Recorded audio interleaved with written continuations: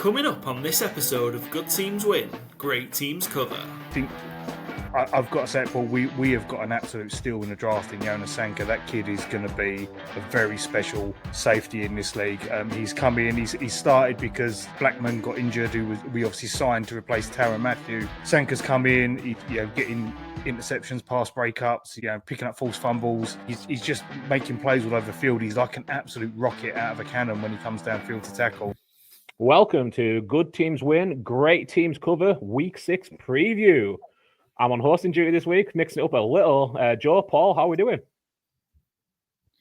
All good. Yeah, it's good to take out the hot seat for a little bit. Yeah, and look to just add a little bit less. But yeah, Week 6, crazy. We're nearly a third of the way through the season, which is absolutely insane, isn't it? Given kind of all that work we've done, all those episodes, and we're just rattling through now. We're here in Week 6. Crazy. Yeah, 3 episodes a week now. Yeah, and Week 6, it's a weird one. I think the primetime games will look really good, but there's like one game in the early afternoon and the rest of it. And having 3 games in the evening when you have too many night footballs. Come on, guys. Just take one of them afternoon games, put it in the evening. Give us 4 games to watch, not the lonely 3 when there's only probably 1 competitive, fun games. But so, NFL are doing NFL things. But excited as always to chat about this week ahead. Yeah, and I know you said there's 1 game to get excited about, but let's not shoot our load on Titans Raiders too early. But what we are going to do early is we're going to get to a Patriots Saints preview with Dan from the TheSaintsTheCity&Me podcast.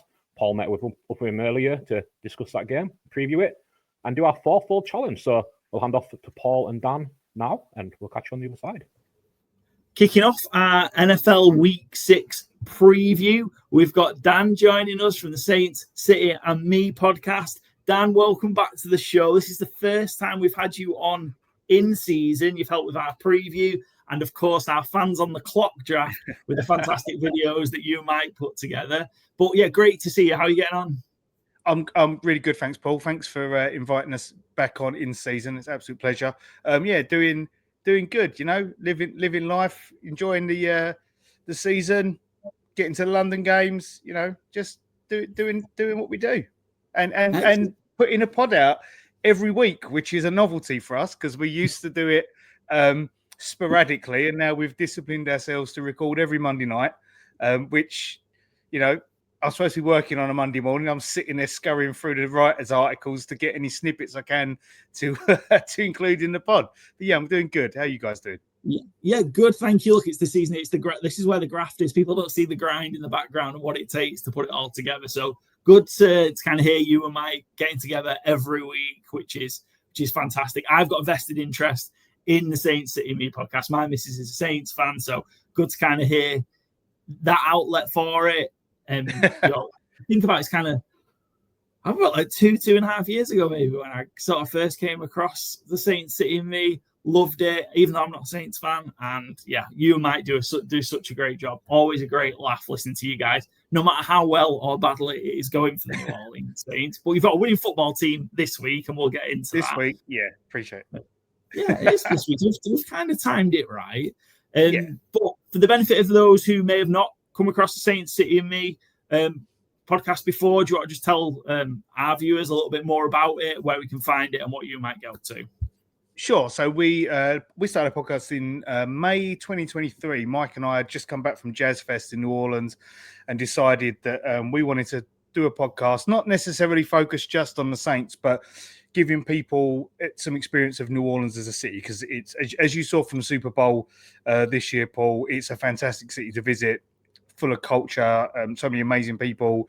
And because of the Saints that had given us exposure to people we never would have met before. And we felt, as a fan group, we probably were a little bit unheard of, like outside of the US, because, we're a small market team. So we started a podcast, and the intention was to interview fans from around the world who had spoken to, who had been to New Orleans, and just share their experiences, right, and help people out. And then it grew quite quickly, and we started to get beat writers on from the city and members of the staff from the Saints. And we even got an ex-player, Delvin Breaux, to come on. So podcast grew, and from there, and now we're not so much of the interviews at the moment, but we're doing weekly recaps, covering the team. We've got a new section called Where's the Seasoning, which is where we try and add our humour, Paul, that we try and give you guys on the draft night picks. yeah, so that's us, and we will be doing some more of those interviews in the future, but just focus on the season at the moment. But putting out content and trying to lift the standard of what we deliver to the people who listen. So excellent. And we were just talking a little bit, like I say, the extra work going into it to make it slicker and things like that. And yeah, it's just going to keep evolving and keep getting better and better. And yeah, it's a great listen, great watch. Make sure you go give the guys some support. Follow Saint City and Me at TheSaintsTheCity&Me on X, on Instagram, Spotify, TikTok. We're on all of them as well. Yeah, on all of them. So Saint City and Me, the guys are not hard to find. Are we getting the Where's the Seasoning merch coming out, Dan? Is that we are? Yeah. So we've got a. Obviously New Orleans is very famous for seasoning, Creole seasoning, Cajun seasoning, and we designed a T-shirt that looks like a pot of slap your mama, but it's got me and Mike with chef's hats on, and it says "Where's the seasoning?" Saint City and Me, where's the seasoning? So that's some of the merch we've got coming. We've got it. It is out there, but we did have merch before, and the site got shut down for copyright, so we don't like to advertise it too much. We think there was a rogue fleur-de-lis in there that someone wasn't happy with. It's we're just putting it mainly for us to wear on the pod, right? And to self-advertise when we go to the city. So, where's the seasoning? That's what you want. If you want to get on it. Really cool, absolutely. We'll definitely keep an eye out for that. And I feel I probably should buy some for my other half as well. It's probably. I'll send you a link. We got bikinis. We generally do have bikinis.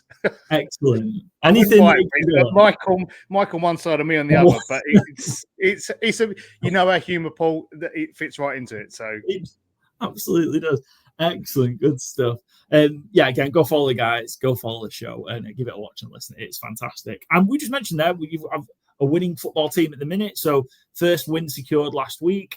It's the first year under Kellen Moore for the Saints. How are you sort of feeling 5 weeks in? Because I think the Saints have been, to put the Seahawks game to one side, it got a bit out of control early. The rest of the Saints have been more than competitive in, which maybe wasn't the expectation. How are you feeling? It's gone kind of 5 weeks into the year. So I think we us as a podcast, me and Mike and our friends were very much accepting the fact that we're in a rebuild now. And it doesn't matter if the team doesn't say they're in a rebuild. No team wants to say they're in a rebuild, but it was very clear we was in a rebuild. And you can see that by some of the trades they've made post 53-man, bringing in some of these wide receivers and things like that. It's all in preparation for a bigger rebuild. From my point of view, I said in our preview that I would like us just to. I was accepting that we wasn't going to have a winning season, right? It's pretty clear. Everyone had us ranked as 32nd best team in the league. I said I just want to see us be a bit like Dan Campbell's Lions in his first season. Having that grit, hanging in there. They didn't win for their first. What was it? 14 games, the Lions that season, or 13 games. And I said, if we can do that and get that momentum going into the back end of the season when the players start to click and then we go into the draft next year with good draft picks and build on the foundations of this year's draft, which I think looks quite promising at the moment. We've got like four players at this draft that I think could be real foundational pieces for this team. So going into the season with that mindset, I'm quite comfortable. I did have a meltdown after the Seattle game because I just felt there was no effort across the field. I felt that the coaching decisions were wrong, and I did rant and say, "Is this a problem?" But they've bounced back from that. They hung in there with the Bills. I do, and I think I heard you talking about it in one of your previous pods or one of you guys. It was like I do think the Bills play with their food a little bit, yes, or they don't finish it off, and I think that's probably why we was able to hang in there. And obviously they came out on the wrong side of it against the Patriots this week. So I think that we're showing that the grit and determination's there. We've got a lot of seasoned vets who don't want to lose games. And I think that's just an educational piece for these young guys coming through, right? Learning off Demario Davis, Cam Jordan, Alvin Kamara. It's all about investing in Kellen Moore in 2 or 3 years rather than looking at this year in a vacuum. Yeah. What's the feeling around Kellen Moore? Is he kind of the way he used to be? I'm a big Dallas Cowboys fan, and it felt like for a long time he was kind of being molded to be the Cowboys head coach. They obviously never really worked out. He had to go elsewhere to kind of build and get his opportunities, which he's got now in New Orleans. What's kind of the feeling around Kellen Moore and how he's been so far? I think the feeling, so coming into the season, I think the vibes were really positive, right? We was hearing all of the players coming out of training camp interviews were really positive, gushing with praise around what he was doing. Coming into the season, I think, we was all optimistic. Some of the plays, first couple of games were a little bit vanilla. Felt like we were still using our preseason playbook. But I think now, post the Seattle game, I think that was probably somewhat, I don't want to say an awakening for him, but I think that was the impetus to say, right now I need to open my playbook up a bit more. And we've seen that the last two games, albeit, we didn't beat the Bills.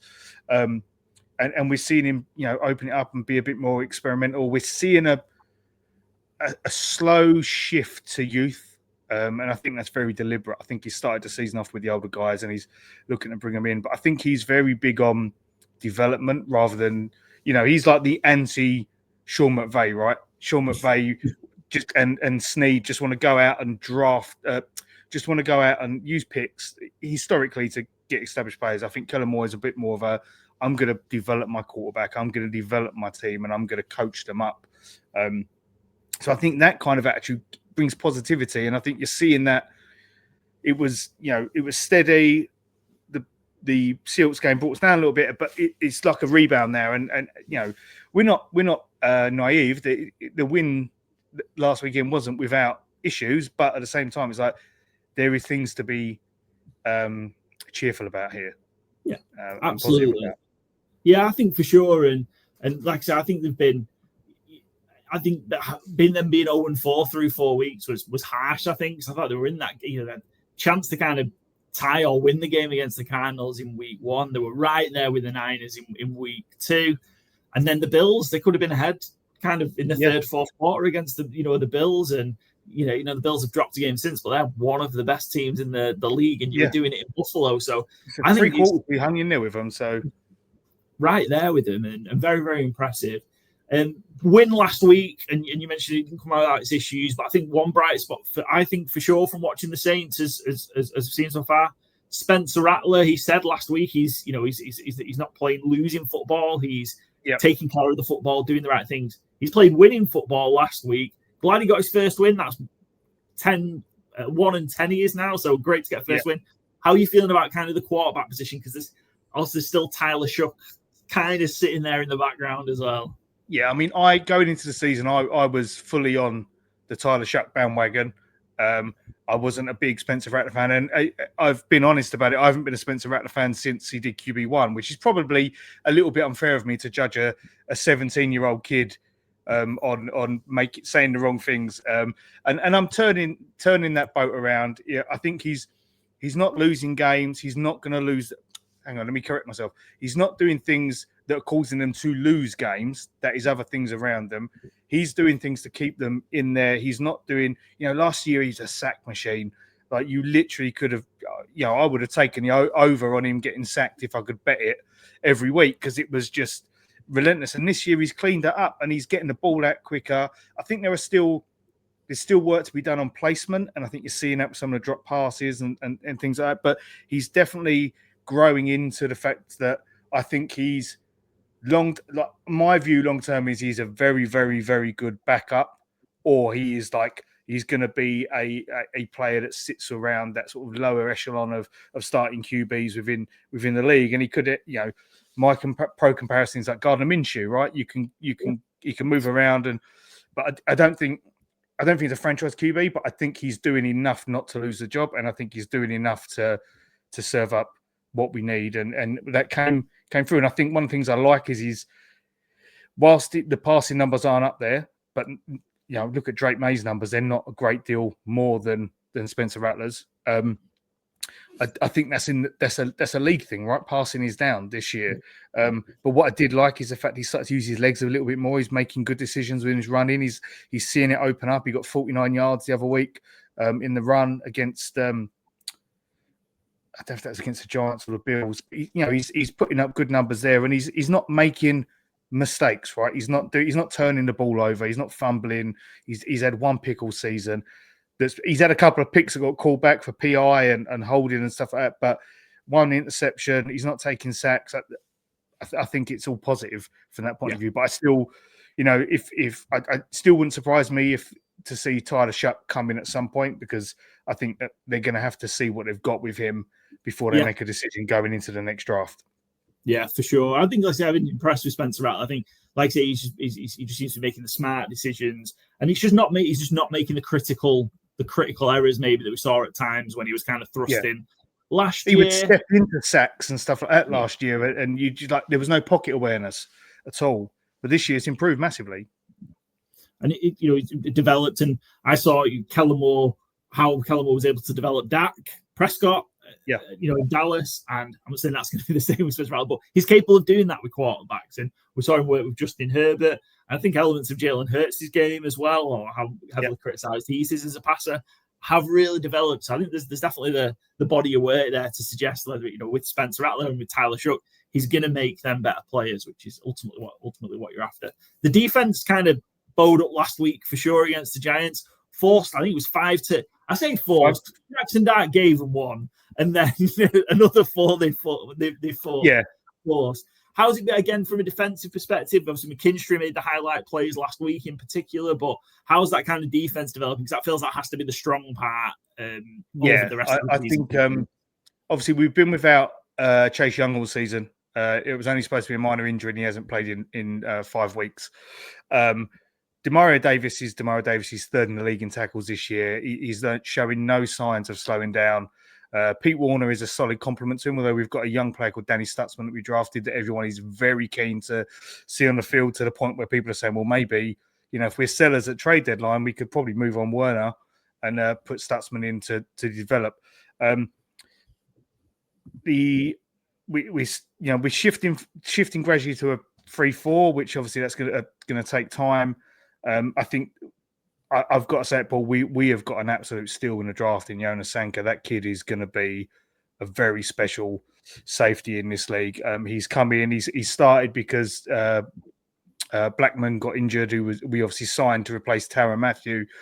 Sanka's come in. He's getting interceptions, pass breakups, picking up false fumbles. He's just making plays all over the field. He's like an absolute rocket out of a cannon when he comes downfield to tackle. He's not afraid to get his arms around someone and put him in the dirt. And I think that's a play. I've bet him for Rookie of the Year, 125 to 1. It's a fun bet, right? Stick a 5 on it. It's a bit of fun. But you never know, do you? Right? It's probably not a safety. You're not going to get positional value. But it's like he's just one of the players you want to root for. So I think the defense, we're turning it into a younger team. You talked about Kool-Aid. He started the season a bit shaky. He's looking better the last couple of games. Isaac Yadam it looks like he's coming out of the team, and they're bringing Quincy Riley in, who's the cornerback we drafted from Louisville. He's college. He was an absolute ball hawk. So if we can translate some of that into what we're doing, then we've got Alontae Taylor, who plays that star role, nickel corner, who's can be an explosive player. So I think there's a lot to be optimistic about from a youthful point of view. It's just managing the transition out from Cam and DeMario and giving these guys reps on the field. And then the second lot that coming up behind them on special teams, they're all quite exciting young players as well. I'm not saying they're all going to be starters, but they're players that they make plays that you get excited about, those big hits and stuff. So I feel, better on defense than I did. But the jury's still out on Staley, right? We've got to let him get his players in and see what he's doing. Because, at times it looks like, there he is. There's Staley, and other times like, we're bending a bit too much to not break. So he's still got a lot of Chargers stink to wash off him, hasn't he? With kind of how that ended. But he was a really good defensive coach before that, and it's hard when you see these guys. Not all of them are cut out to be head coaches. I think we see that when they step up from these positions, particularly the younger ones. Yeah. And just some of them, maybe it's too soon or they're just not cut out. They're just going to be really good coordinators. Head coach is just not meant to be for them. And we saw that with Dennis Allen. He's not a head coach. He's a coordinator. So awesome defensive coordinator. Awesome, but just not meant to be as a head coach. I've got one question to ask because it's one I don't think we've talked about it too much on the show, but it's one I always on Twitter whenever I see Blake Groupe missed a kick is the call for Charlie. And it's probably not fair on Blake, but I just keep going, are they going to give Charlie a go? Because I almost feel like Groupe made some obviously important kicks as well and long ones, but it seems to just a real inconsistency. Do you think they're going to give Charlie Smith a go at some point? It'd be great to see him line up for the Saints. I don't know, right? I'm surprised they haven't brought someone in to work out yet with Groupie, because he's been rough this season. There's no two ways about it. He's 67 or 66% on field goals.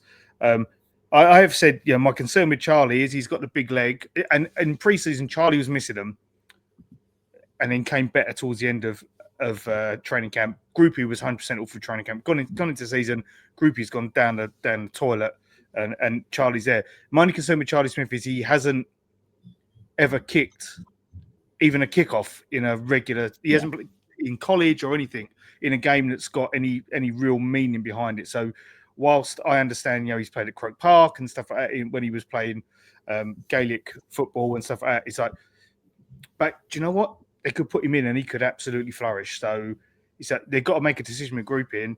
I think the only concern they might have is they lose the IPP status on him if they promote him to the regular roster. But if he's good enough and he's got the leg and you're seeing it in training, I mean, I don't know how you simulate in like training camp or training night to see which kicker is. Obviously a kicker's a kicker, right? I suppose they have to do like time drills and stuff like that. But I don't know how you replicate that environment to see who's got it. But Groupie's definitely got the yips. I think definitely got the yips. Feels like it, and maybe, like I said, I don't know how much longer they go, and we'll see if Charlie gets to go. Fingers crossed, but we'll see. Let's talk about. He's a big lad. I was going to say he's a big lad as well. So you saw Groupie with that tackle this week. I think Charlie Smith would be more like Thomas Morstead was, and be able to get older someone, because he's 6'2", 6'3", Charlie Smith, maybe even 6'4". He's a big old lump, so he could definitely help in that regard. Yeah, because we've seen last couple of weeks Jude McTominay play for the Giants last couple of weeks, and he seems to have taken his chance. While I think it's Graham Gano's out injured at the minute, and who knows, he might not give the job back, which would be awesome. So see if we can get one of the Irish lads going as well. Let's talk about this week's game in a bit more detail then. So the Saints host they do host the Patriots. I've got that the right way around. Yes, that's correct. Yeah. They do, yes. The Saints do host the Patriots. For this one, it's Drake, Rattler, and Roll into the Big Easy. That might be the worst one we've written so far. That's not too bad. I've done worse. The Patriots head into the Bayou off the back of a huge Sunday Night Football win, but face a Saints squad growing in confidence after slaying the Giants for their first win. We talked about that a little bit. I suppose Patriots are riding high. The Saints obviously are lifting confidence as well. How do you kind of see the Saints-Patriots game going this week? I think it'll be a tight game. Neither QB is putting up like anything more than like 280 this season in any given game, maybe 290. I think I would say the running game might be important in this one. I think it'll keep the score low. I think they might have to lean on that. I'm not overly familiar with what the Patriots defense is like these days. I think they've had a lot of turnover there, and it's a lot of young players. And I'm, the big names I'm used to seeing in the past, I'm not familiar with. But I think Drake May is a hell of a quarterback, and I think they've got one for the future there. So obviously he can use his legs. I think he's only. I was looking at this. He may have only got 10 yards less this season than Henderson rushing, which is 111 yards or something like that. He's got this season. Henderson's on 121. Obviously Gibson's out, so that takes something out of their return game that he's obviously been putting up good yards there. I think I would like to see the Saints lean into using Kendre Miller more. He, for the first time in his career, he got more snaps than Alvin Kamara this week. We're seeing a transition there. I think lean into that and try and get an edge out a close win. But like you said, with the kicking, it's going to be really important, right? I think this will be a tight one as the spread says, 3.5 is Patriots 3.5 point favorites. Does feel like this is going to be a close one. Over under 46. Is there a bit? I meant to ask you that before we started talking about the game, but I'll ask you now. We've seen obviously the transition, as you mentioned, a little bit from Alvin Kamara to Kendre Miller. Is there a worry? I don't know if it's worry is the right word, because if nobody would ever want to see him go, I'll leave the Saints. It just feels wrong, to be honest, seeing Alvin Kamara wearing another jersey. If kind of gets to a month's time and we get into the trade deadline, is there a worry that Alvin might go and potentially try and get on a squad and chase a ring? I think I think it will be his. I think the Saints will let it be his decision. I think if they get an offer come in, same for Cam and for DeMario. I think if someone comes in with an offer, I think the Saints will probably say to them, "This is coming. If you want to go, we're not going to stand in your way. If you want to stay, we'll be delighted to keep you here." I don't think they're going to be actively shopping those three. I'd be very sad to see him go. I think it's whilst it's nice to see these players get rings. I think I like a one club man, right? I grew up with Ledley King. I want to see players like that, stick around their whole career with one team. So I'd be sad to see him go. Chiefs or something like that could come in for him, but it just where you can go, Chiefs or Bills. He's not going to go to Buffalo because he don't like the cold. But I would be sad to see him go. He's been since 2018, he's been a linchpin in this team in the offense. So would be really sad to see him go. Yeah, phenomenal. And like I say, you won't begrudge him going as well, like because you want to see them success. The guys have a chance at success, but like it feels like that profile of player, like the veteran running back that is savvy and feels like that's a prime trade candidate. I'd not hate him, it's not, but it just feel wrong seeing him in a Chiefs jersey or somebody like that who's really struggling with their running game. That could he could really help. Yeah, but I suppose the flip side is as a fan, and this, you don't want to see him a running back who just loses it. And you brought Zeke back for the Cowboys, and whilst all the nostalgia's there, it's like, well, this isn't a player that it was. And it's the same when players get older. Like we brought Mark Ingram back, and just like he's running in lead boots. Like just let him go out at the right time. So you want to see him go out with a head held high, and if they can be while you're still with you, then brilliant as well. Yeah, but absolutely. Back to the matchup. I think, as I say, I think it's going to be a real close game. I'm with you, Dan, and interesting. The Patriots have really struggled running the ball. Like they're in not a similar situation, but in terms of they're kind of balancing between two as well with Stevenson and Henderson, and just not really knowing which one to give the workload to. So I think if they can kind of force Drake May to have to try and dice the Saints up, I think that's a big advantage for the Saints. I think. Because outside of Stefan Diggs, he had a huge game on Sunday, but I think that was just because it was against Buffalo. Yeah. I do worry that last two games we played, obviously Josh Allen and Jackson Dart, and when the middle of the field opened up, they used their legs and went. And obviously, as I said to you, like those rushing yards that Drake May's got this season already, it's obviously that is a concern for me. That if he opens his legs up and goes, we're not necessarily equipped to deal with that as quickly as we would like us to as a team. So give us a prediction for the game then. Saints going to win.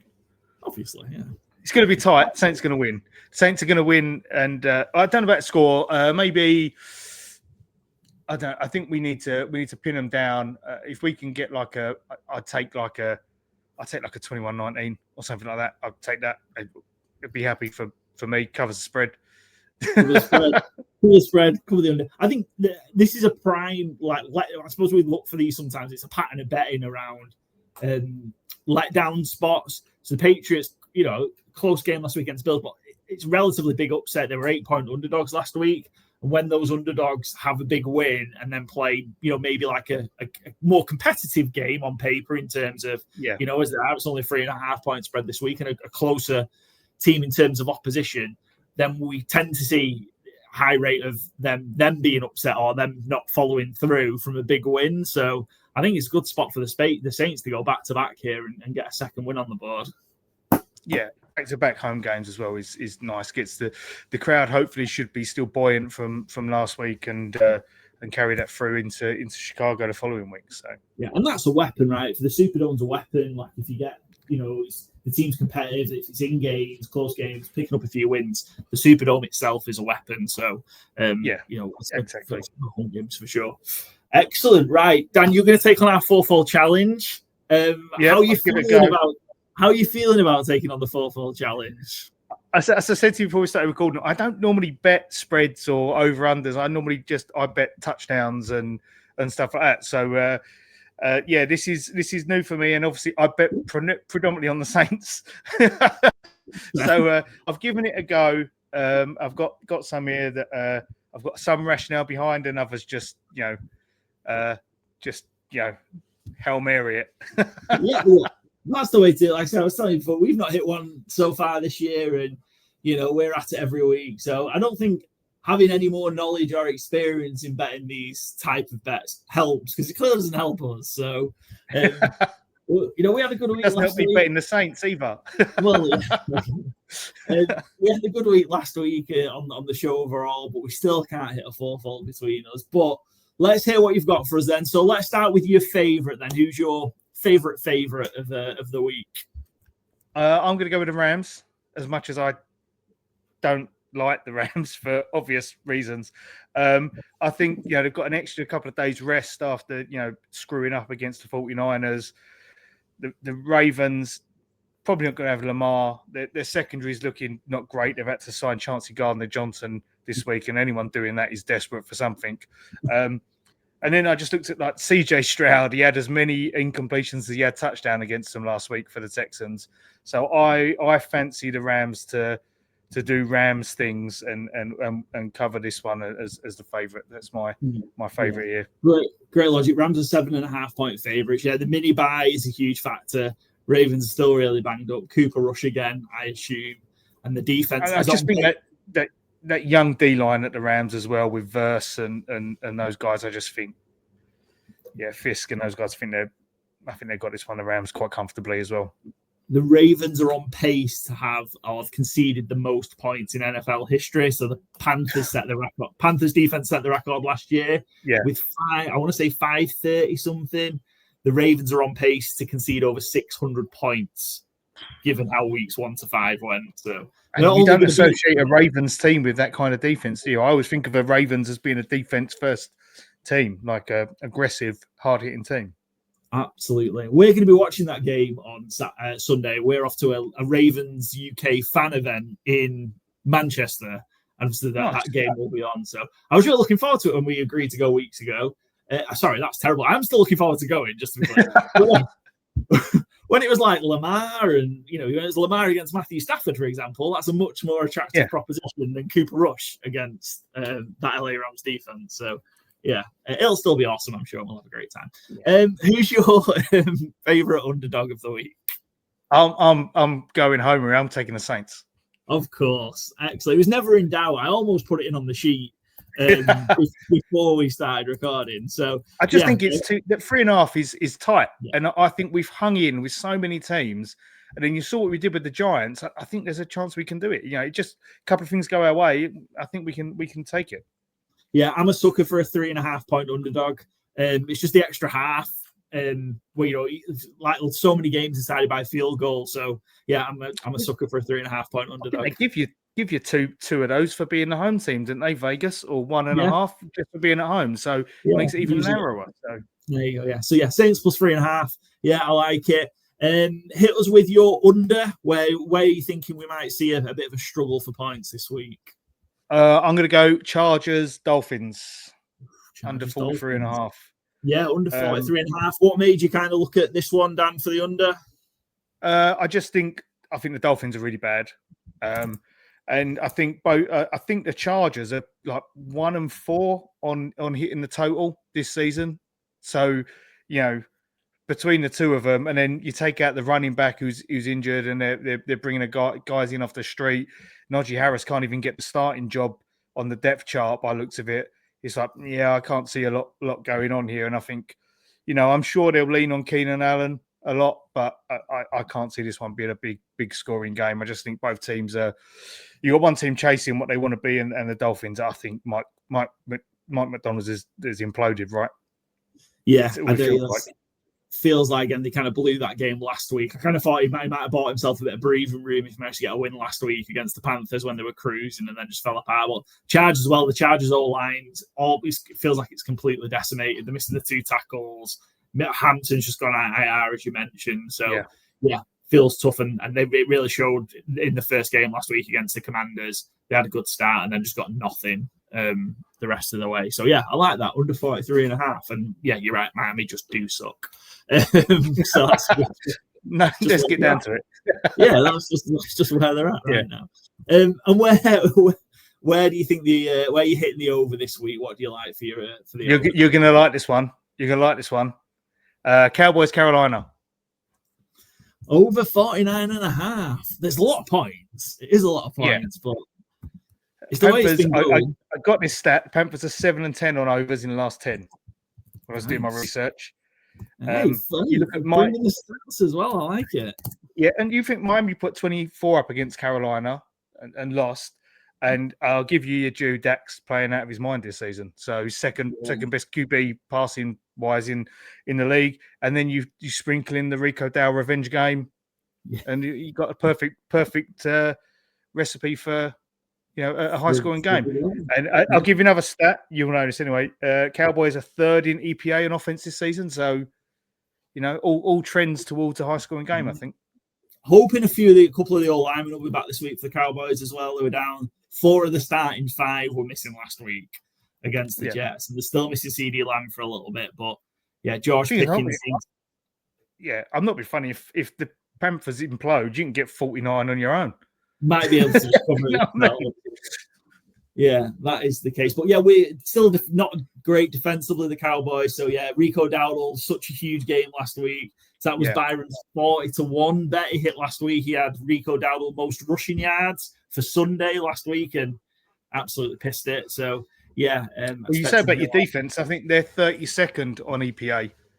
So there's quite a contrast there, isn't it, between offense and defense? Yeah. So I'm expecting, because we gave up a lot of points against the Jets in garbage time last week when the game was done. Yeah. So there's that to factor in as well. So yeah, 50 or 49.5, 50 seems gettable. And Dak is awesome. We talked about not necessarily that we think he should, but Dak potentially for MVP. He was 45-1 when we recorded on Monday, which seems crazy given the start he's had. I think he's down to like mid-20s now. So yeah. Some people might have made some money already just from the odds coming down on that. Yeah, so, just cash out. Yeah, absolutely. It's a good one to do. And still at 22-1, you'd think he would come down even more, but still, long way to go for that. So you've got the Rams as your favourite, -7.5. Saints, of course, +3.5.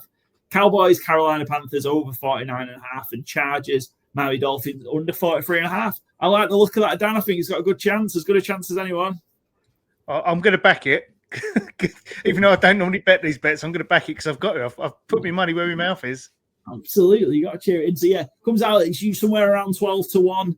So yeah, like I say, 5 on that, 60 quid in your back pocket. Good stuff. Yeah. Along with my own tanker bet that's going to come in. Absolutely. Thanks for taking on the 4-fold challenge. It's been great to have you on, Dan, as always. Like I say, whenever we get the chance to speak to you and Mike, or see, I know we had time to have a pint at the London game last year. We love just kind of getting to see and hang out with you guys. So hopefully it won't be too long before we see you again. But to give us a reminder again, kind of where can we catch the Saints City and Me podcast? So you can get us on Spotify, Instagram, Apple Podcasts, Amazon Music Podcasts, TikTok, X. If you're in New Orleans, you'll see us in 2 weeks because we're going out for the Bucks game. Nice. So yeah, if there's anyone listening from the States who sees us, give us a shout, and just give us a follow, and you might enjoy seeing 2 middle-aged Brits making fun of themselves talking about New Orleans and the Saints and seasoning. Fancy, but yeah, absolutely endorse it. Even as somebody who isn't a fan of the New Orleans Saints, absolutely go listen to it. The guys are fantastic. Best of luck this week, Dan, against the Patriots, and best of luck the rest of the season. Enjoy your trip to New Orleans in a few weeks, and we'll hopefully see you when you get back. We are going to finish the rest of our episode. We're going to preview the London game, the primetime games, and the Sky Sports games, and share our best bets. Thank you to Dan from the Saints City and Me podcast there. Great guys, as always, over there. And hopefully a winning 4-fold selection. However, we are going to get on to life in London, where the New York Jets are hosting, technically, the Denver Broncos. The 0-5 Jets hosting the 3-2 Broncos. Nearly caught myself there. Couldn't remember their record. Broncos 7-point favorites, over under 43.5. Leaving on a jet plane. Don't know if Aaron Glenn, will be back again. Jets left salary in London last year. Will Aaron Glenn suffer the same fate if the Broncos hand gangrene another loss to go 0-6? Joe, how are we feeling about this game? Yeah, I think it started the year, it was like, oh, this could be an exciting one. You know, the Jets we all were pretty high on. We talked about it in a power ranking episode that, especially me and you and Barry, we were high on this Jets team. It was one of our big bets of the off season to hit the over, and they've started 0-5. They are one of the most disappointing teams. I think I sent you guys a tweet over, can't remember who did it now, but yeah, when Salah was the head coach, they were like the best defense in the league consistently, and then since he's left, they've been the worst. And it's just like you expected Aaron Glenn to come in and that defense to be, you know, at least average, to be like, you know, top 10 because what he did in Detroit and just with all his expertise, but it's just not worked whatsoever. And they just seem a team that I think they've only scored one touchdown in the first half in the first game, and it feels like they just shoot themselves. Well, I was saying the foot. I think Brees said shoot themselves in the head, because they literally do just all the fumbles, all the mistakes, and they never feel like they're going to come back. I think that week 1 game was the big game where I felt like they had that game to win, and they've just been disappointing ever since. On the flip side, obviously, the Broncos ended the Eagles' win streak, which I think was a statement win. So you just want them to go in here, go to London, fast track as always, and yeah, put a beat down on this Jets team. What a few teams have done, like the Cowboys last week. They've obviously got a better defense. I think their offense has been up and down, but you know, shows what you got against for Nick. I think he's been up and down, but I expect the Broncos to win this game comfortably, and I expect Aaron Glenn to be on the plane. I'm not as crazy thought as what Paul's thinking. Grandpa, are you giving the Jets any chance at all this week? They shouldn't really, should they? They shouldn't. The Broncos should follow up a really good win on the road in Philadelphia with a beat down of the Jets here, but that's not the way the NFL works, is it? I think like naturally when the Jets are 0-5, you think they should get kind of stomped out again, but maybe they're going to keep this one close. I mean, I think I've got Broncos on our ATS. Maybe that's the wrong shout. And maybe they do just kind of bow up a bit and keep it close. It's tough though, because that Broncos defense is so good. And even though kind of the Jets I think the Jets have one of the top 3 or 4 rushing attacks in the NFL this year. Yeah. Feels like they're not going to get that success again against the Broncos. They did, the Jets managed to get some garbage time points in an offense against the Cowboys last week, but struggled for the first 3 quarters, which makes you think they're pretty bad offensively. But again, does that mean they're going to show up a bit in London? I feel it is a tough one, and the 7 makes it interesting. But I feel the Broncos, if the Broncos are going to be it's opened up where the Broncos can be a player in the AFC West now because of the Chargers stumbles. The Chiefs aren't going well. Could they just kind of slip in and go win that division? If that's the case, then you need to go win these games. So yeah, it is an interesting one. I am worried for Aaron Glenn just because more the ownership, Woody Johnson aspect. They've gone from a defensive coach in Salah that you talked about, replaced him with an interim defensive coach, gone to a new defensive head coach, and the defense has got worse. I'm very, very worried for Aaron Glenn. I think if they get beat badly, I think he might get left at Heathrow Airport. I really do, because it's just been an absolute disaster for the Jets. So this is an interesting one. I'm hoping it's a bit more explosive from a game perspective than last week, just for the people at Spurs. I hope for the UK Jets guys, they get something to cheer about after I was hanging out with them a couple of weeks ago. It just feels tough. And it kind of feels, that moment, and teams have a moment sometimes, or coaches have a moment, the dance down the touchline when they got the blocked field goal return. Yep. I think that might just be it. That might be Aaron Glenn's head coaching career there. From that moment, everything else just went to complete shit. It does feel like September was a long time ago. Do you remember? But yeah, that's my worry for the Jets. And if they go to 0-6, then it's just blow everything up. You have to blow everything up anyway, potentially. But just to your point about the rushing attack, I was going to say, they are 3rd in the NFL in rushing yards, 15th in rushing touchdowns. They've got 4 on the season. The 20th in passing touchdowns. And how much of that is garbage time?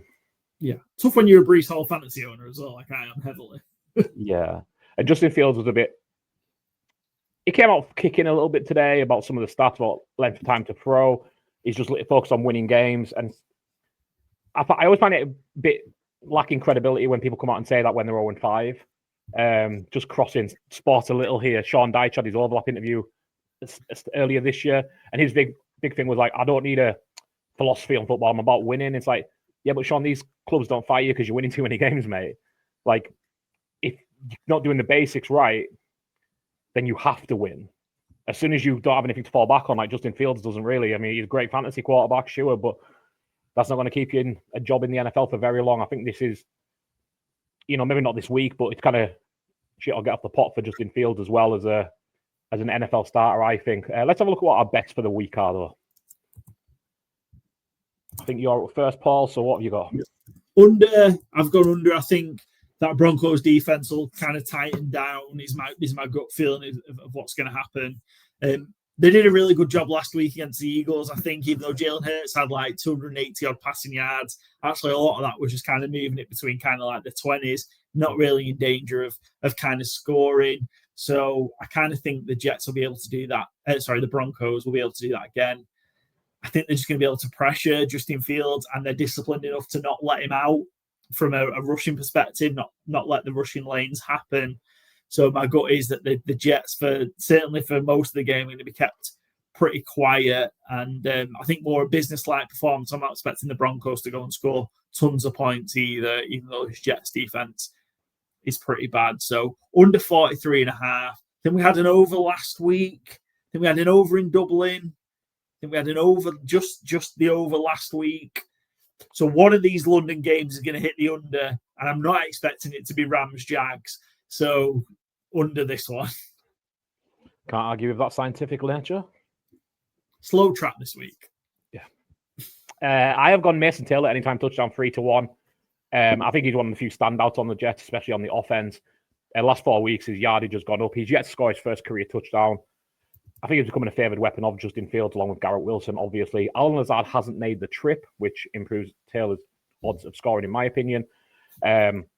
So, yeah, I think it's a really good bet at 3-1 here, in which, Jets might get a touchdown or two. I think they can be competitive and score a touchdown. And Joe?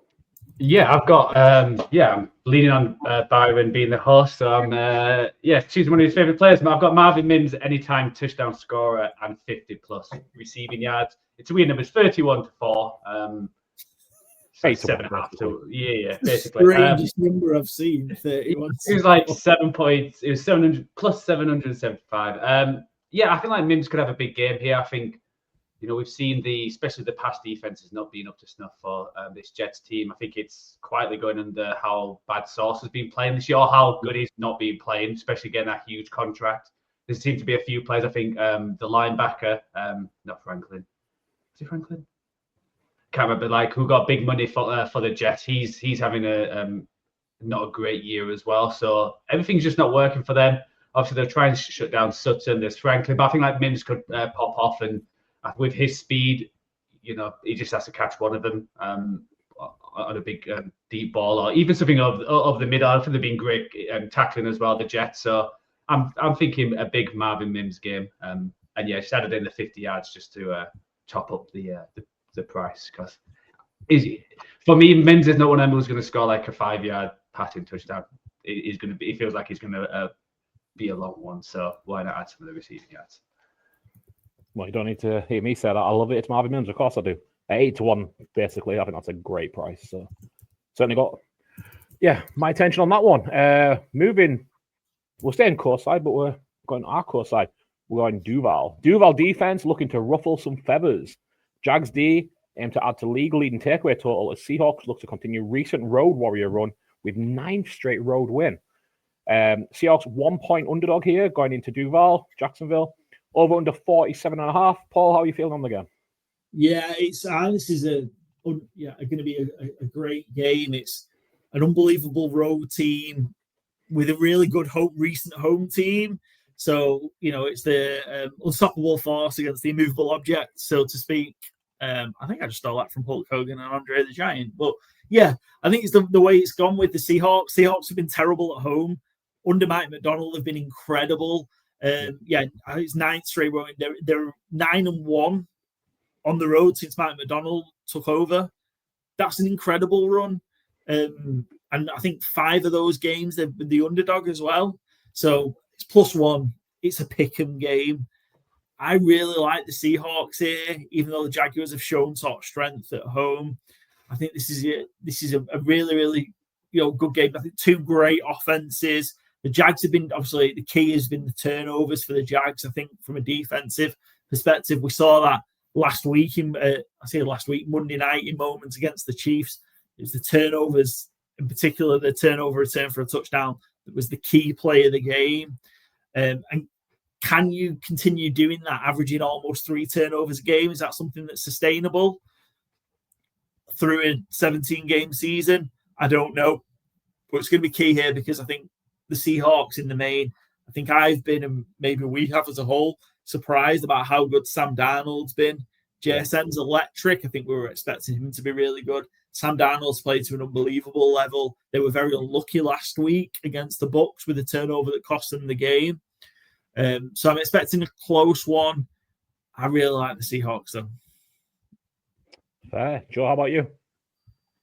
Yeah, I'm going to agree with Paul. Sorry about this, Byron. It's like a Byron Ball here. Seahawks versus Byron's Jags this year.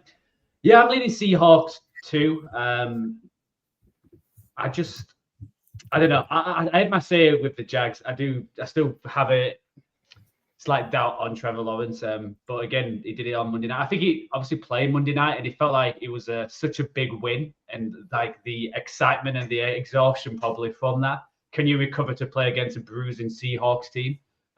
It will certainly help that Seahawks. It's like, again, they've had quite a lot of injuries, especially on the back end of their pass rushers. So can they, trouble Trevor Lawrence? Because when he does have time, he can have these incredible passes to Brian Thomas and to Hunter, who I think played well on Monday as well. But I'm just leaning the Seahawks. I think on offense, they've just been so good. I think against that Tampa Bay team, I think it was near perfect game from Darnold, and he had that interception, unfortunately, which is like a deflection off the helmet, and it popped straight into Levante David's hands. It happens, but if they can keep this tight, not do the turnovers, I think again, well, Paul said, I think that's huge. I think they win the game if they limit the turnovers. See what Walker and Charbonnet does on the ground to try and put some pressure on this Jags. But yeah, I'm leaning the Seahawks to, especially with that +1. I think they're going to win this. And I think it's a big game for them as well, because losing to Tampa, you don't really want to lose another one to the Jags, and then all of a sudden you're 3-3 when we had them higher. Yeah, we had them higher in the power ranking. We had them in the top 10. I think they may have slipped down a little bit.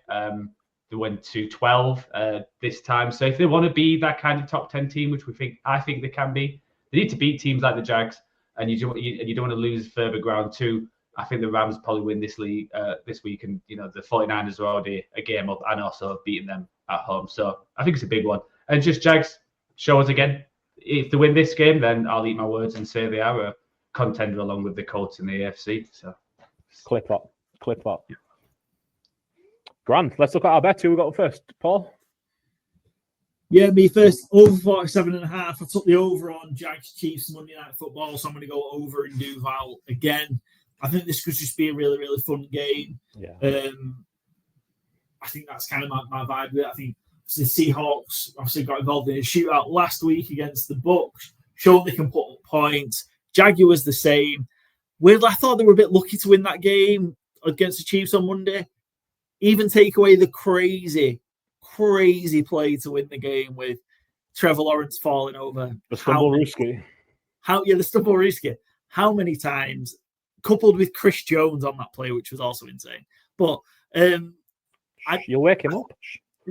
I thought the Jags, they could have gone 3 scores down because Trevor Lawrence threw such a bad pass that the Chiefs were fighting to intercept it. Yeah. Bobbled it all around. But I think it's just going to be points. There might be some defensive points in it as well. 47.5, I think 48 let's just have a shootout. I think that's where it's going with these two. The offenses seem to be humming. So yeah, I feel like that's where we're at. 79% of the money, but only 35% of the bets are on the over. So that'd indicate the sharp money is on the over. But I've been caught out with talking about the sharp money many times before. So that's not necessarily a great indication. Grand. I have gone Brian Thomas Jr., 80 plus receiving yards and a touchdown. Thomas has gone over 80 receiving yards, or 80 or more receiving yards, should I say, in 11 of his 22 games in his career. And he is ramping up now. I think he's improving kind of week on week. Weeks 1 to 3, he had a 28% catch rate, 4.6 yards per target. Weeks 4 and 5, 69% catch rate, 9.9 yards per target. The Seahawks secondary is banged up. We've seen it last week. Emeka Egbuka ate breakfast, lunch, and dinner, truthfully, against them. Lawrence and Thomas seem to be getting their connection back. They had that beautiful deep ball in the final quarter on Monday Night Football. And yeah, 9-2 for Thomas to get 80 yards and a touchdown. He needs to get off the schneid and get his first touchdown receiving of the season. Got one on the ground in week 1. But yeah, I think at 9-2, that's a really nice price for, again, I think there's going to be points here as well. No, Joe? Yeah, that follow on the theme, just pleasing Byron. I've got Torrey Hulton anytime touchdown scorer. It feels like Byron has this and has won quite a bit of money. So again, he's still 4-1. I think that's a nice price. And yeah, I'm some to you guys. I think there's going to be points. And you know, they're probably going to focus on JSN and Cooper Kupp. So Torrey Hulton's going to be there for a nice little anytime touchdown at 4-1. Why did you both have to go on there? Oh, it's going to be points when I'm on the over. Because I feel like this is going to be like 13-7 now. We're no longer fading Charlie. We're no longer fading Paul. We're all in. I appreciate it. I've been good the last 2 weeks. 8-4, 6-4, I think, last 2 weeks. I've been pretty good. Don't need to defend yourself to us, mate. We're the ones backing you, so... It's just more myself, just like amping myself up, I feel. Yeah, not a therapy session, so we'll move on to 49ers at Buccaneers, another NFC West team coming to the south. Mayfield MVP match goes up against the gold standard. Baker's last minute heroics show no signs of slowing down, but facing the 49ers, Magic Mac, who has made his own miracles happen. 49ers 3-point underdogs, over under 47.5. And obviously we have to start with Joe here. How are we feeling? Yeah, it's obviously feel a lot better after that Rams game, getting that victory, getting another one under the belt with all the injuries they've had. I think it's going to be a tight one again. I think the Bucs are a weird team, similar to the 49ers, where you're like, oh, they're somehow both 4-1. They easily both could be, 3-2, 2-3 with some of the games they've been in. They've both got that winning kind of personality. So I'm feeling hopeful. It seems like Matt Jones is probably going to be the one who's playing, even though he's dealing with injuries and he's day-to-day. It sounds like Juwan Jennings is back and Kevin Givens on that line, which they still need some bodies on that line with all the injuries they've had. Because they had another D tackle break his hand during the Rams game. So they're dealing with injuries all along. But I think it's going to be a really tight game. I think the 49ers are struggling to run the ball, and the Bucs are one of the best teams stopping the run. So I think it's going to be a pass-heavy kind of game for the 49ers. I wonder if they're going to do something to the Seahawks and just throw the ball a lot, try and target some of the young DBs and the linebackers, because obviously Levante David's great, but he is knocking on now, and what Shanahan does best is that mid-level throw, and what Matt Jones did against the Rams. So I think they're going to try and do something similar. So I think it could be. I don't think it's going to be a that high-scoring game. I think the 47.5 might be a little bit too high. Just because I think this 49ers defense has actually shown up, and they're the best at one of the best at yards after catch, not allowing it. And when you've got Fred Warner just being Fred Warner, who's I think he's already a Hall of Famer, just how good he's been playing at linebacker. Yeah, it's going to be a real interesting game. And yes, I think it sounds like Pearsall and is not going to be back, and also what's the tight end? Why am I just blanking on the best George players? Kittle. George Kittle. Yeah. Sorry, yeah. Just put it right. It just but they might be Tonga's takeover now. Oh, yeah. So they might be back next week. So if they're sneaking up a victory, 5-1, and again all your players back fit, Purdy off for another week. I think it's gonna be a real interesting game going down to the wire, because that's what every single 49ers game and the Bucs game feels like. Is going down to the final drive, who can kick that winning field goal. So yeah, it should be a fun one in the evening down in Tampa Bay. And I know why Joe might have forgotten the name of George Kittle a little bit. I think now George Kittle's entered our world, podcasting world. He's a rival now with the the Kittle things with him I and his can see that. missus. Yeah, so that might be why Joe's just kind of disowned him a little bit. Fair, I respect it. How are you thinking about the game, Paul?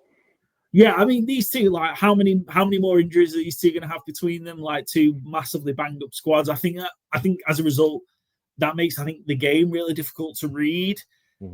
Both doing a great job of handling injuries. Obviously, the Niners finding ways to pull out games and win games, and the Bucs the same. So I'd love to see these two full strength going up against each other, because I think that would be an incredible game. I still think we're going to get a really good game on Sunday anyway, despite kind of who we've got missing. You can list off the players we've got missing, which, huge names. But yeah, I think stuff. I think I'll probably just lean the Bucs, just it being at home. That's probably as much as that. I'd love a hook, and that'd help me make a decision. It's 3. I'd love 3 and a hook here. Just that'd probably make my decision for me. But I've lent the Bucs, but I don't love it. Baker's playing to an MVP level at the minute. I think that ultimately might be the difference. Mac Jones has done an outstanding job having to come in, go out, and come back in, which I think is very difficult to do as a quarterback. He's keeping the offense humming, keeping the offense ticking over, in spite of all those players that are missing.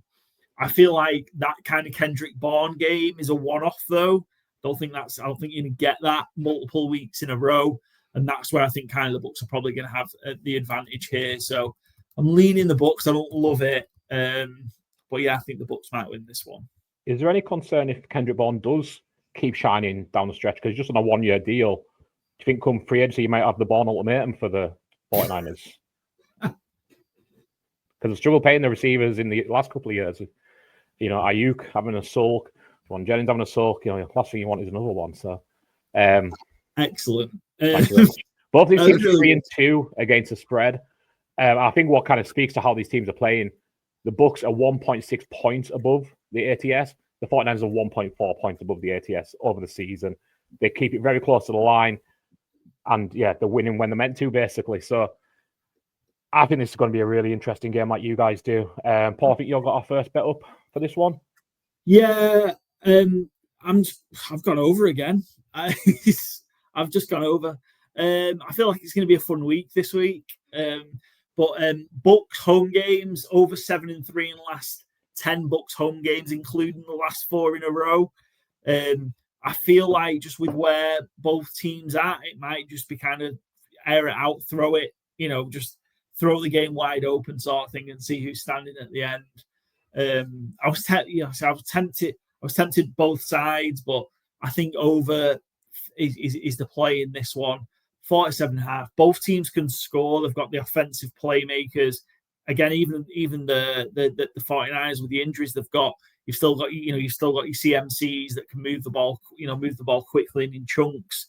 And so why not? And yeah, the Bucs with Emeka Egbuka, he was their offense last week. So yeah, why not? And I think the streak of Bucs home overs goes again.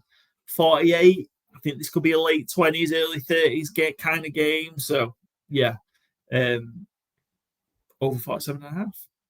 Does it concern you in any way that this will be the 11th time the 49ers have played at the Buccaneers Stadium and the overs only hit twice? Or do you not put much credibility in the September 786 under? It doesn't. I think because again, because it's not a divisional matchup sort of thing, and it's not the regularity. That's where I kind of maybe read into those stats a little bit more. Yeah, so the 86-87 season not feeling super relevant. Doesn't feel very relevant to me, no. But are you going to ask me about a particular element of 86-87, Byron? No, that is what we call a tease. We've got a great one coming up later, though. Are you kidding me? Oh, Jesus Christ. I'm not kidding you. I just thought, does that scare you? 2-8 all time. Feels like I might be bob on with an 86-87 UK number one as well. Yeah, unfortunately, the timing of the next one won't be quite up to your street as much. But anyway, we'll get on to my bet of the game. I believe I'm up next here. You should host more often. Cheers. With no Mike Evans, K. Dotton had a great game last week against Seattle. I think they're going to go back to him this week. He's 3-1 anytime touchdown here. And again, we are back in Paul with points. So I think Agbuka's in for a big week. We'll get to him on our next episode of Game Day Tips, maybe. No spoilers here. But Cade Otton, I think, shines here. Anytime touchdown 3-1, I just think it's a really easy place to attack the market. 3-1 price on the second pass catcher. And Joe, who have you gone for? Or what have you gone for? Yes, tight end special. I've got Jake Tungus. Anytime touchdown score and 40+ receiving yards. With Kittle being out again, I think Juwan Jennings is going to, hopefully don't put him in too much to get re-injured, because he's played the first game of the year and re-injured himself. So, and they've got Kendrick Bourne. I think they're going to go, and I mentioned the linebacker, so I think it's going to be a lot of dink and dunk, like 10 to 20 yards down the field. So I've got him anytime touchdown score, because it feels like he's their main target at the minute, because I don't think they've still not rushed the ball into the end zone, which is crazy when you think of a Shanahan team. So I think Tungus could be their main target, and over 40 yards is roundabout where he's been getting each game, and that's 17-4. So I was tempted with the 49ers, because I think Shanahan's record against the Bucs, I think he's won the last 4 and he's fairly dominated against the Bucs. So hopefully it continues with Jake Tungus just freaking down the field and doing his best George Kittle impression. He's really shining, I think, Jake Tungus. For a player I hadn't heard of coming into the season, I don't think he's a rookie either. He had a catch until this year in his career. And he's not a rookie though, right? No, I don't believe so. No, I think he's been really impressive. I thought he was great against the Rams last week. And another player we might hear more about in our 10-minute tips episode. So keep your ears and eyes peeled for Saturday's drop of that one. However, what we're all going to keep our eyes peeled for, especially Sunday Night Football, going to be a banger. Lions at Chiefs. The main man, Mahomes, looks to be the Lions' chief concern. Chiefs' backs against the wall after dropping Monday Night Football. Will roaring Lions take advantage, or the Chiefs at their most dangerous? Lions 2.5-point underdogs, over under 52.5. What a game this is going to be. Paul, take us away. Yeah, the line makes no sense, right? Why are the Lions 2.5-point underdogs here? And this is one of them. Well, yeah. This is one of them ones. This is one of them ones where I'm like, Vegas, the bookies want me to bet the Lions. They want me to take plus 2.5 on the Detroit Lions. Mm-hmm. So that means I've got to take the Chiefs, right? I've gone for that on the ATS. I still might bet the Chiefs. I've not yet. As a spoiler that I've not bet the Chiefs for the bets. But I feel like this is in that I wrote the headline. So I feel like kind of the Chiefs are in that position where they lost that Monday Night Football game. I think that was a bit of a little bit fluky loss. We may disagree and think the Jags may have deserved to win it, but I think that was a bit of a fluky loss. The Chiefs nearly had 500 yards of offense on the Jags on Monday night. So I think that Chiefs offense is way better than it was kind of last year when they were just squeaking by and winning games. Yeah. And the key in this for me is the Lions secondary. Yep. Yeah, no DJ Reed, no Terry and Arnold, who Dan Campbell's been he's going to be out for a long time, then actually might not be out for as long as he is. I think it sounds like he's definitely going to miss this week. Yeah. And I think that's where the Chiefs can really hurt the Lions here in that kind of secondary with kind of what we've seen. Worthy's back. He didn't have a great game Monday, but he had a great game against the Ravens when he first came back. I think the Chiefs can really, really hone in here and hurt the Lions. The Lions have been awesome since kind of being destroyed by the Packers in week 1. Yep. I know you two have got them 1 in our power rankings. I think they're 1 as a result overall, and maybe deserve that. Obviously, they beat when I look at that, they have a signature win over the Ravens. But actually, is that win as good as it would be in previous years? No, because actually the Ravens suck, and then they've beat up on bad teams. So maybe is the Lions' position slightly false? I don't know, because again, what we know of the Lions previously. I feel like if this was a plus number, if the Chiefs had a plus number like they probably should have here, we'd all be on the Chiefs at home as an underdog with Mahomes' record, blah. We'd all be on the Chiefs. So I'm just going to buy in that the Chiefs should be an underdog here, and we should probably lean the Chiefs. That's kind of where I'm at with it. It's interesting philosophy. I do just want to say, while we're nitpicking the line schedule, the Chiefs' only 2 wins have come against those Ravens and the Giants. I just think that's probably worthy of comment here. 85% of the bets and 89% of the money are on the Lions as well. Everyone's falling into this trap. Yeah, exactly. And we know why it is a trap. The Chiefs, yeah. We get a few of these every year. I can't help myself. I'm still backing the Lions. Joe, you're still backing the Lions. What are your thoughts on it? Yeah, I just think the Lions are a better team. Just obviously, there's the issue with They are with the defensive backs, but I'm not scared of like the Chiefs going, scoring points on the Lions, because I think the Lions can do it back. We talked about the Jags game, but the Jags did have a 13-play 70 yards, 9-play 59 yards with a fumble. They went down 60 yards at the end with 7 plays. And I think the Lions is a better offense than the Jags. If the Jags can do that, especially the Lions run game, then, I think the Lions are going to be able to put some points. We talked about the power rankings show that we were so impressed with the Chiefs' offense. It's the best they've looked. And I feel better about them even in a loss. But I think this could be, the Lions showing everyone that they're still here. I'm curious how they're going to, what they're going to do with Hutchinson. I think they did a good job on Josh Allen, or whatever his name is now. Hines Allen, yeah. I think they did a good job there where they focused on to try and take him away. Like, he's their main pass rusher. And it's same with the Lions. Like, if Hutchinson wasn't in, I would worry about this pass rush. But he's been unbelievable. So I think this Lions team can go in there.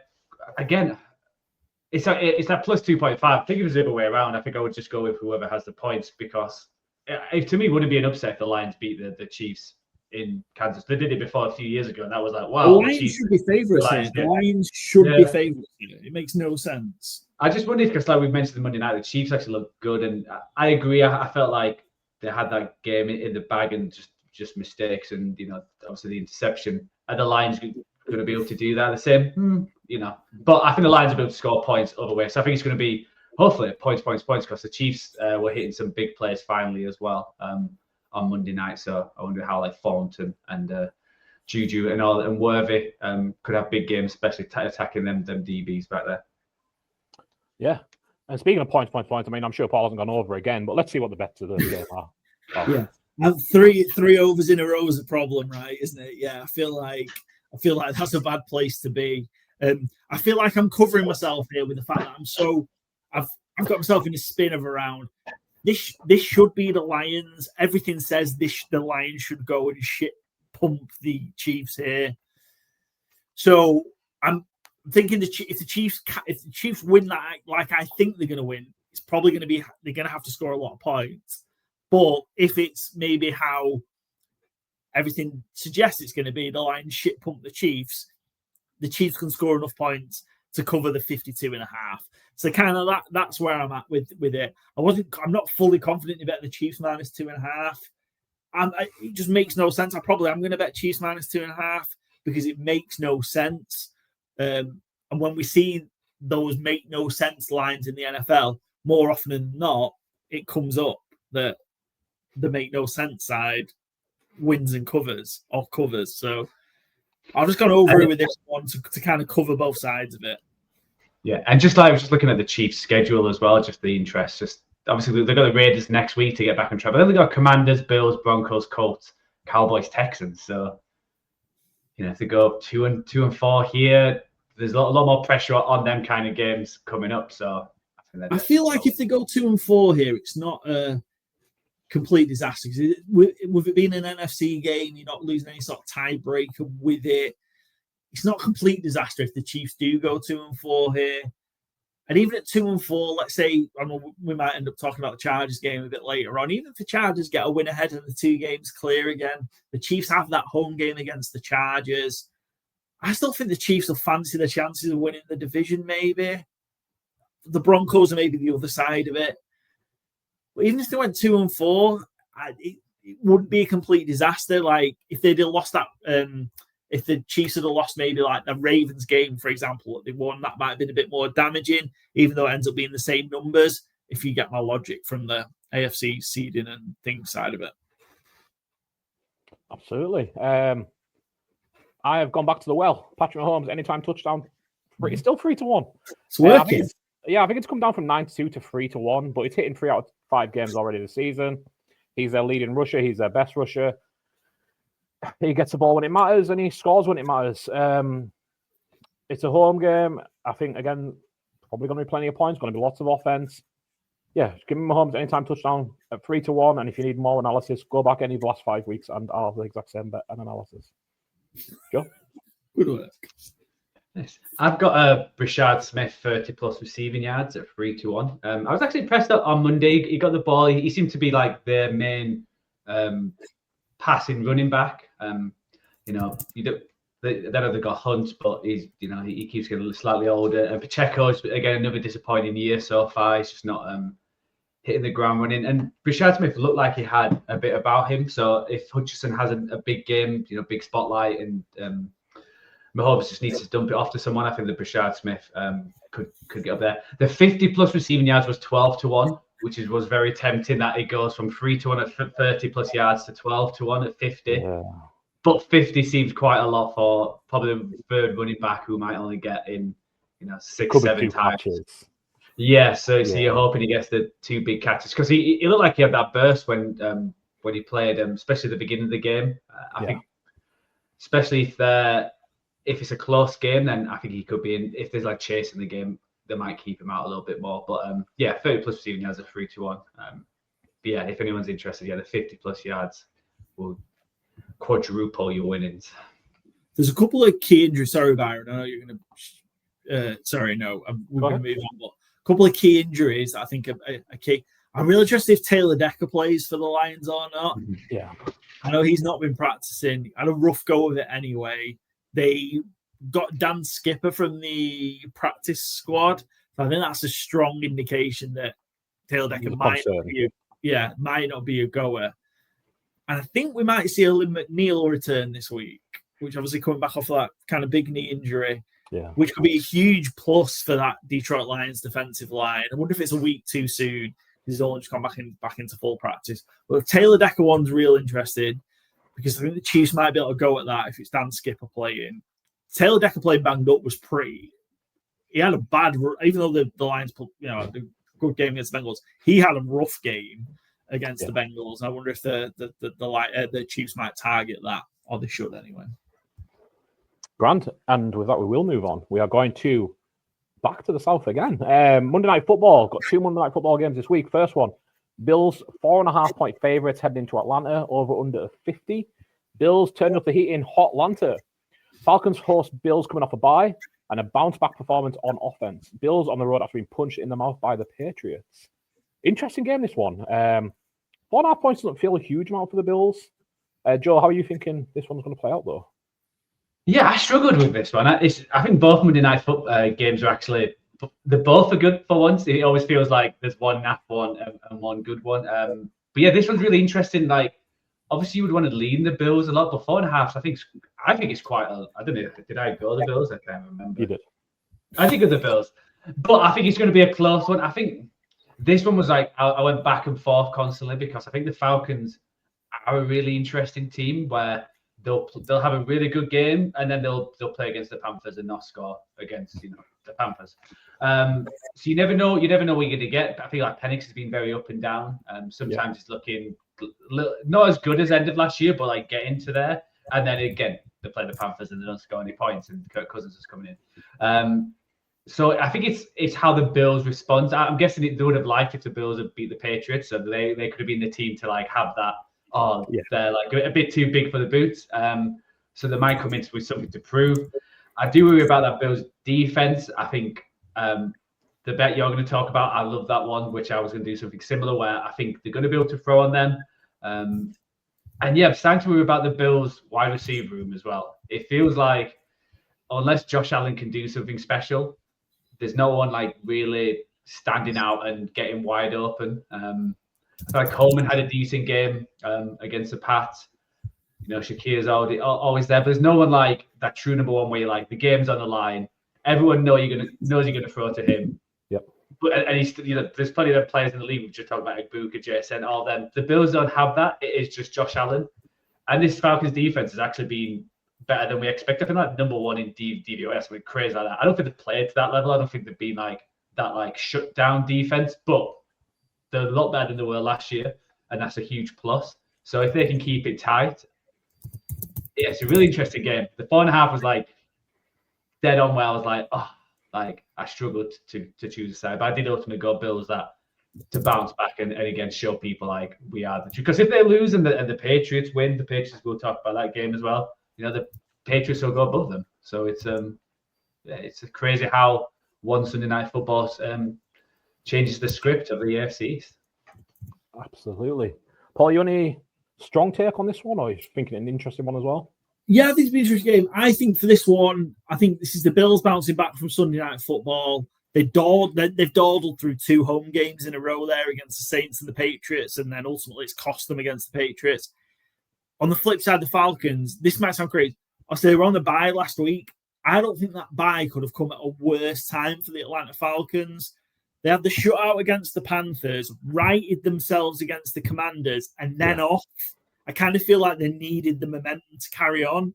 And even though, a tough game against the Bills, my worry is that offense is just going to completely stagnate again for the Falcons, despite, again, the embarrassment of riches they've got. Like, they right themselves in a week, and then they've kind of just been shut down. I wonder if it's just going to struggle to get going. And I feel this is a big Josh Allen game. I really do.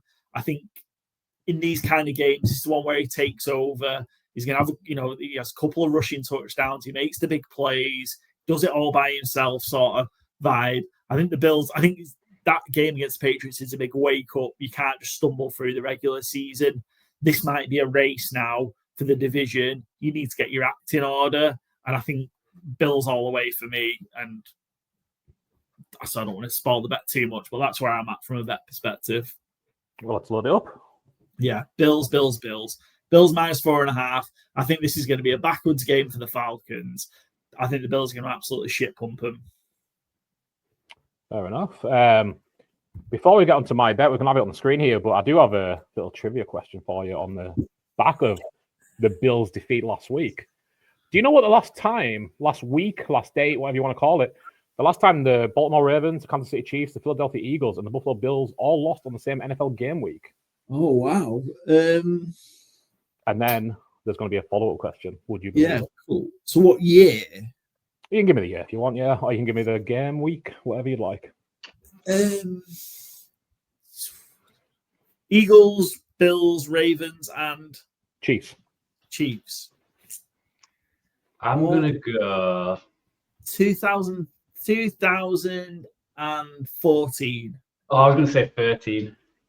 Well, Paul, you are closer. It was 2015. It was week 2 of the 2015 season, September 20th, 2015. And I think you know what the follow-up question's got to be. I feel like this isn't in our wheelhouse. 2015. It's a song. It's a song. Number one in the. It was number 1 in the UK. It was number 1 in Australia, and it was number 1 in Canada. It's a big song, then. 15. Big artist. I'll give you a little hint. Please do. Canada's favourite son. Oh, Bieber. Is it Bieber? Was it? Baby by Bieber. Is it Sorry? It was not Baby by Baby. It was not Sorry by Bieber either. Is What Do You Mean? Oh. That is the last time those 4 teams lost on the same NFL weekend. I also heard that song before. You don't know that song? Yeah, you did. That was huge. Yeah, we might get for copyright because it sounded exactly like the Bieber one there. So watch out, YouTube. Yeah, we are not monetizing on this, I'm afraid. So I'm available for bookings if you'd like a Johnny Bieber impersonator. But yeah. 10 years since that last happened. I think it might happen again this weekend. I wouldn't be stunned. Giants here, big underdog, obviously, but the rest of them are in play. I actually picked the Falcons on our ATS, but my bet of this game, nearly 3-1, 27-10, Bijan Robinson to have 50-plus receiving yards. I think he's got over 100 twice already this season, receiving alone. He's such a weapon out of the backfield. The Falcons say he's the number 1 player in the NFL. Yeah, okay, sure. Let's calm down. But he's a really good receiving back, really great weapon. If they're going to win this game or if they're going to compete in this game, they have to get him going. They can't just rely on Drake London and Kyle Pitts down the field. Penix isn't that guy yet. I don't know if he ever will be. They can carry an offense against Buffalo, I don't think. I think they need to rely on Bijan out of the backfield, 27-10 to have 50-plus receiving yards. Just a quick one. You mentioned obviously back Bijan there. Our friend of the show, RJ Choa, sat and did an interview with Bijan Robinson this week. Wow. Bijan, off the back of his bye week, I think he was doing some promo or sponsor work for Colgate toothpaste. It was a bit weird. But RJ got to speak with him, which was real cool. Very cool. Yeah, nice to see he's cut the mustard there. Joe, your bet of the game. Yeah. Yeah. Sorry, you just threw me off there. Yeah, I do love yours, Baron. I was looking at Robinson receiving yards as well. But I've got Josh Allen and Penix Jr. both to get 250 passing yards. I think they're both going to throw it. I think a lot of Penix might be the Bijan just dump off and him just running 60 yards like he's done quite a lot of this year. And I think Josh Allen's going to play a hero ball, so I think they're going to get plenty of yards as well. So that's 92 for both of them to get 250. I think they've both been very up and down where they're usually like around 250 to 300, or they're like 150 each. So it's that's probably why the price is that high. Is that good for just 250 passing yards? Grand. And like we say, it's a double Monday Night Football. So final game of the week, Bears going to Commanders off to DC, over under 49.5. Bears say Hail Mary for revenge in DC. Bears look to exercise 2024 trauma in Washington after Daniel's miracle play spiraled their season. Commies look to march on. Since we haven't played it, yeah. Revenge game. Because it is a revenge game.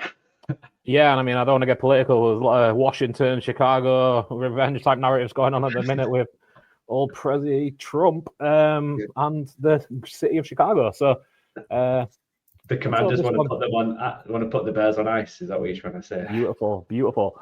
And Joe, you lead off. How are we feeling about the game? Yeah, it's another fun one. It's like the Bears bounced back after their start of the year. It felt like it was going to be, here we go, same old Bears. Starting off 0-2, felt like the offense wasn't working out. It's similar to like what we mentioned about the Falcons, where it probably wasn't a good time for the bye. I hate week 5 buys, and if it's my team, I think it's way too early. But they will start playing well. Caleb Williams was starting to play well. They were a well-rounded team. And I think that me and the Commanders at the wrong time. I think it's going to be a real fun game. I think the Commanders played it perfect against the Chargers. Obviously, they were down by 10 to start, but how they bounced back. I think Jaden Daniels grew in that game, and he looked I wouldn't say like his old self. He wasn't quite there, but he was certainly how the passing game, I think that certainly improved. And yeah, that drive at the end, which we talked about in the review, was just outstanding and giving it to Debo on a 4th down. So I think it's a tricky one for the Bears. Obviously, it's last year where the Bears were up and we had the Hail Mary where I don't know if the defensive back's still there, where he was waving to the crowd. Still one of the best the moments that he put in there. And he felt like that's where the Bears, that's where the Commanders like ascension started, and that's where the Bears downhill, clear out the decks started as well. So I think it's a big game for both teams. I think how the Lions have been, the Packers have been up and down. And the Vikings have, I think like the Bears need to keep winning. I think you can't get too far behind, especially in that division. And we talked about the NFC seems more stronger. There seems to be like a lot more teams for the wildcard race compared to the AFC. So I think it's big for the Bears. I think if they're both, 3-2, 3-3, it's probably fair. But again, the Commanders, they want to keep up with the Eagles after their loss, and the Cowboys. So I think it's a big game for both, and it should be a really fun Monday night. I think they've actually done well on Monday night here. Yeah. Paul, how are you feeling?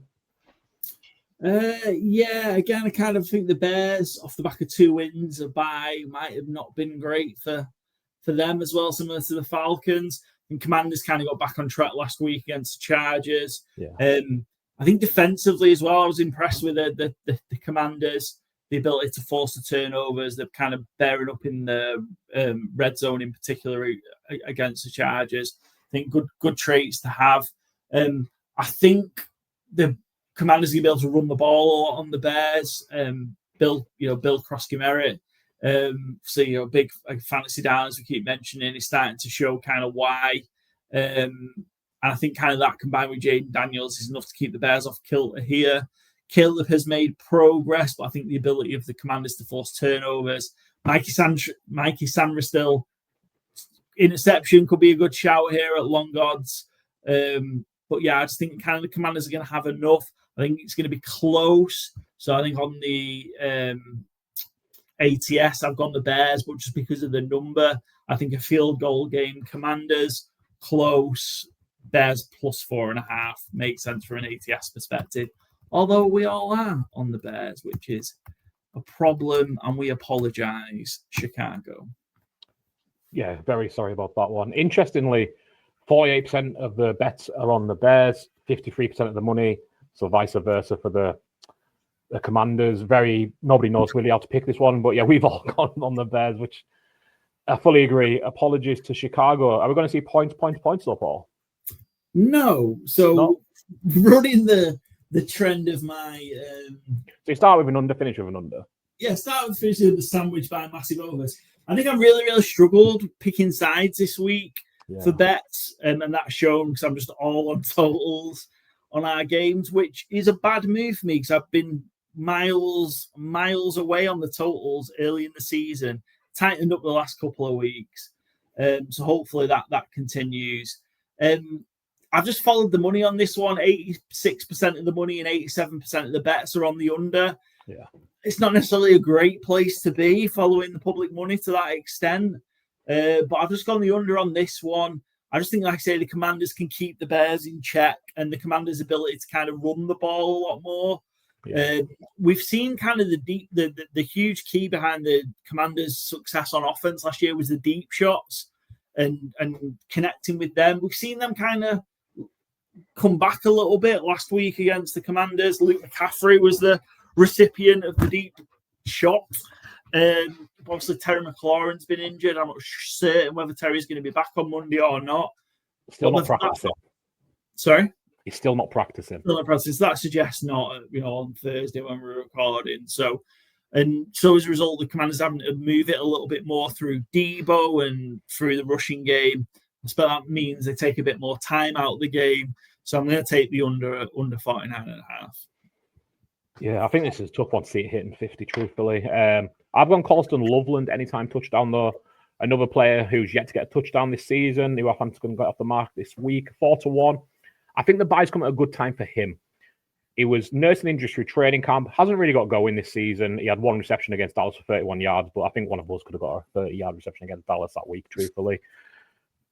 I just think he's going to take over Cole Kmet. Cole Kmet is done. He's not even a value, league replacement level tight end. I think Kmet's done, and as soon as that contract's cuttable, he's gone from Chicago. Ben Johnson doesn't seem keen on him, and why would he? You take a tight end number 10 overall, you want to get him going, and I think this shouldn't impact anybody's thinking, but when Tyler Warren's looking like the best tight end in football and he went 4 picks later, if I was Chicago, I'd want to see a return on my investment pretty soon. And I think Ben Johnson's going to get him involved. He got Laporta, double-digit touchdowns in his rookie season. He knows how to utilize him. I think the bye's come at a good time for him. So, yeah, I like Loveland anytime, 4-1. Joe, finish us off. Yeah, following on for an earlier theme, it's tight end week, obviously, because I've got Zach Ertz anytime touchdown scorer for the Commanders at 2-1. It just feels like Monday Night Football, who's his top targets in the red zone type games. I think Zach Ertz is some of that. I was tempted to go for the multiple touchdowns, but that's not quite worked for me this year. I keep getting, every time I do that, just the person keeps just getting one. So he keeps being tight. So I've just gone for the 2-1 just to play it a little bit more safe. But yeah, I can see him getting a touchdown when they get to the red zone. So can I just, on Zach Ertz, and friend of the show Heath Cummins had a tweet, and I'm trying to find it, and he says he quadruple checked it, so I'm going to go that this is a fact. So on Sunday for the Commanders against the Chargers, that was Zach Ertz's first game without a catch since the 27th of November 2014. Almost 11 years he's gone, Zach Ertz, having a catch in every game. That's insane how good that is. Yeah, I'm confused why I'm not being asked what number 1 was, but okay. He didn't put that in his tweet. I do apologize, Byron. Yeah, 27th. I just pulled up his PFR page there. 27th of November 2014. Last time he's had 4 games in his career without a catch, and that was the most recent of them. So that is a wild fact. That is over 10 years ago, as we clearly know. There's a couple of good songs with that. That were number 1 on that day, though. Let me tell you. Do you want me to just tell you, though, or would you like to guess? Yeah. Number 1. So in the UK, it was "Do They Know It's Christmas?" A little early, in my opinion. Okay. What was that? Another Band-Aid? Band-Aid 30. Oh, fuck off. Well, they'll take it up with them. In the US, it was Meghan Trainor, all about that bass. No catch for Zach Ertz. And in Canada and Australia, 2 different Taylor Swift songs are number 1. Blank Space and Shake It Off. How wild is that? And one we've mentioned before, David Guetta with Sam Martin was Dangerous, was number 1 in Germany. And we've referenced that recently as well, so that must be a popular song in Germany for some reason. But we can we finish off our look at the Island games, the Sky Sports games, 6 of them this week. Busy. Well, 7 if you include TNF. But we are going to get to the 4-4 challenge. We've got Dan's picks in from the Saints City and me. And Paul, you are first up. You are on the clock. Yeah, I am prepped. Give me the Indianapolis Colts -7 against the Arizona Cardinals. Ooh. Okay. Yeah, Colts -7. So this stat, just because I've raised that game, this stat almost made me go away from it a little bit. So actually, the Cardinals defensively have been pretty good just through 3 quarters. So if you just look at the third quarters so far, quarters 1 to 3, of games so far this season, the Arizona Cardinals defense ranks first in EPA in the first 3 quarters of every game. However, in the fourth quarter, they dropped to 27th. So I think actually the Colts the Cardinals might make me sweat on this one a little bit, but I think the Colts late on will cover. They've been on a roll. These are the kind of opponents that they're just steamrolling over. Obviously, the Cardinals last week, and obviously we had a great laugh on our review show, kind of poking fun at the Cardinals collapse and all the various plays that made that happen. But that is just the start of, I think, just a deeper and deeper plunge that the Cardinals are going to go on. I'm very worried for Jonathan Gannon, who's also $100,000 lighter as a result of his treatment of DiMarcado on the sideline, which included looking like he threw a punch at him, which of course came with the groveling apology afterwards in the press. But I think it's just Cardinals are just bad vibes. I think they've taken over the Dolphins' bad vibes team, number 1 bad vibes team. So I'm going to take the Colts at home. Like I say, if Colts are going to march on to potential win a division, these are the games you need to take care of. And they've been doing so comfortably. I think they'll just do that again. I think what's just a bit crazy is that both me and Marvin's got the Cardinals, so you could just kept that in your back pocket but to the end. But yeah, I think 7's it's more than number. 7 seems quite a lot. But, yeah. I haven't had a chance to do the research with both of your tables. Research. Yeah, well, I've not had a chance, Myron. I've been out, so apologies. It was a waste of the first pick. The thing you're not considering is, Joe might want to have a sound drop queued up. It is a Jacoby Brissett revenge game. Kyler Murray's still not practicing, has a foot injury, I believe, might be an ankle injury. Yeah, he's not concussed from the snap, they're saying. But it sounds like he's going to be out. He's still not practicing. Marvin Harrison said I can't remember the exact wording, but he seemed pretty confident the way he was talking that it's going to be Brissett on Sunday. So yeah, you had that revenge game narrative. You give him a quarterback who can, ride roller coasters. I think the Cardinals might have a shot. So anyway, I just wanted to throw the revenge game narrative in there. Joe, you are the roller coaster joke, and that's what you wanted. Wow. Yeah, talking about someone who lost a bit of money this week. The guy, probably doesn't affect him that much. As much is I've got the Cowboys -3 at the Panthers. When your owner somehow he needs to go to the doctor. If he tries to put his thumb up and the middle finger comes up instead, some wiring is not quite right. Maybe he's a AI bot. I don't ask how Mrs. Jones enjoys it. Yeah. Anyway, I've got the Cowboys. I had the Cowboys last week against the Jets, and I was shocked that it was only -3 for the Cowboys against his Panthers team. I know the Panthers came back, but it was against a terrible Dolphins team. I think this Cowboys is been one of the best offenses this year.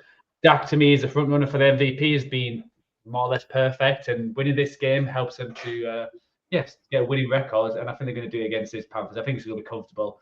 The only thing I think the Cowboys are going to get up big is just I hope they don't decide the backdoor cover. That's the only thing I worry about. But I've got the Cowboys, and that defense looked a little bit better last week against the Jets. So. Well, they started playing man zone. They started playing some man defense, which helped after playing almost exclusively zone, which those players can't do. So they did adapt, and they were loads better. They also got a bit of a pass rush. Quick one just on Jerry, because it was a great, obviously, point. His explanation was incredible. You know what?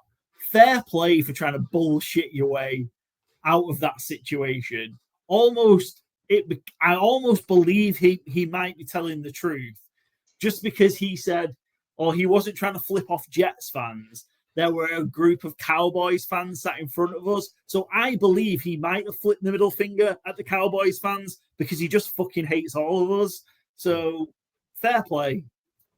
And I love that expression of a backdoor cover, because again, it sounds like what you need if you're expecting a finger and you get a thumb. My picks, I'm going on this game as well. This is a family show. Yeah, that's fine. Nothing blue. I am going to go Cowboys Panthers over 49.5, please. I think it's going to be points. This is from Scott Barrett, DFB, CEO over at Fantasy Points. Great website. Would hugely recommend it. They have a matchup graph for quarterbacks, for running backs, for left wide receivers, right wide receivers, slot wide receivers, tight ends. Great for fantasy. The best matchup for quarterback, running back, left wide receiver, and right wide receiver this week are all Carolina Panthers players. In points given up against their opponents, like the advantage they gain. It is just points. Sorry, John. And it's also a revenge game. Rico Dowdle revenge game. Yeah, I don't think we're getting 40s on him getting the most rushing yards this week, unfortunately. But I do think we're going to get points. I've also taken Dallas to cover as well. So I think I like yours, obviously. We've all taken Dallas, but I think whatever happens, I think you can say Dallas is putting up 30 points with the way they're playing. It's a fair bet Dallas give up 20 points the way they're playing. That's 50 points right there. And I could see Dallas not stopping at 30, and I could see the Panthers not stopping at 20. So, yeah, I think that's a nice... It's a high number, but it's not crazy. It's not like 56 or 57. I mean, the way these two defenses are playing and the way Bryce has played in spots and the way Dak has played all season, I absolutely love it this week. My one worry for the over, because I had it on my list as well, but my one worry is that obviously the Panthers have started games so badly. Like if they gift the Cowboys 2 scores early, I don't know if they're going to be able to do what they did against the Dolphins and things like that. You just can't carry on doing that, can you? And I think Cowboys starting to get a bit of a pass rush. So if you put yourself in that position, I don't. Yeah, my worry is that the Panthers might put 3, and then it's a big ask to get the over. That was just my one worry, even though I had it on my list. And also, the Cowboys vindicated so far in letting Rico Dowdle, I was about to call him Rico Dowdle, go, given how good Javonte Williams has been. I mean, ultimately, I guess so. And they both got the same contract, so it wasn't like the same anything in that sense. I think what you need to give a shout out to is, annoyingly, I don't have his name to give him an actual shout out. I can quickly look it up. But the Dallas run game coordinator who came from Arizona, I think he's doing a marvelous job. They are getting, Javonte Williams is playing well, but they're also blocking really well and they're calling the game really well. I think it's something Clayton Adams, who came from Arizona. I think he's doing a marvelous job. I think he's going to be an OC consideration. He is OC, sorry. I think he's going to be in head coach consideration the way this season's going. Done a great job in Arizona, calling their running game the last 2 years, and you kind of see what Arizona fell off without him. I know James Conner got injured, but yeah, I think he's one who could be in the assistant coach of the year running, Clayton Adams. Anyway, I have another bet to make, and I am going to go another 49.5 game. I'm going to go under a game we've already talked about, Bears Commanders. I agree with you, Paul. I think tough to see this one hitting 50 points. I think Commanders, especially, you've already said it, going to run. Especially with no Terry McLaurin, I'm anticipating. So, yeah, I'll take my under here, get my 2 arrows ticked off. And back to you, Joe, when you finish doing graphics. Yeah, and I'm going to do another game we've talked about. I'm going to take my underdog. It was in between Seahawks and 49ers, and I don't want any more pressure in the 49ers game. So I've got the Seahawks +1 against the Jags. I think, I think the Seahawks are going to win this game. So +1 is just the, can they do it or not? Yeah, that's what I should have. That is what I should have taken 1-1 because that is my top underdog and just didn't obviously plan out what you two were doing. So I'm going to do something that is probably really fucking stupid. Give me the Bengals plus the 14. Give me the Cincinnati Bengals plus the 14. Flacco in town. Fuck it. Give me the Bengals. There's no logic to it. It's a lot of points. So I'm just going to go off the basis that they can keep it close. Because the Packers have been a bit iffy, haven't they, ultimately? And Packers off a bye as well. Been a bit ropey. So I'm just going to say Flacco keeps it close. There's no logic for it because it feels like that offensive line is terrible. They're sticking a guy who's not mobile behind it. Micah Parsons might actually kill him.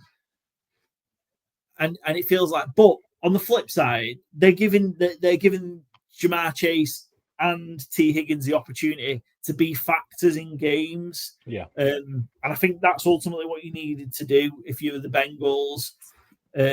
Jake Browning kind of, obviously, when the game was gone last week, showed he could actually throw some nice passes. It's too little too late because those interceptions are horrendous and they're killing. I think Flacco probably is going to throw a lot of turnovers. He's going to throw some turnovers as well, but he's going to do it pushing the ball down the field and giving those guys a chance to make plays. So, it feels dumb. It feels stupid. It feels like I didn't back the Saints at +16.5 on my fourfold when I should have done. And I'm just chasing it with, this is a huge number. I'm going to take the Bengals plus the 14. It's really dumb, but I'm taking it. One thing to back you, though. Who knows how to beat the Packers this season? Joe Flacco could become the first quarterback since it was Andrew Siciliano's tweet. I want to say it was since 1962. I'll double check it in a second. Who could be a quarterback that beats the same team twice with playing for two different teams? I was going to say, I don't think it had happened in the Super Bowl either, so that's a good improvement on that stat. Yeah, I'm pretty sure it was Andrew Siciliano's tweet. I will double check it. The date. It's 60-something. And are we getting number 1? What? From then?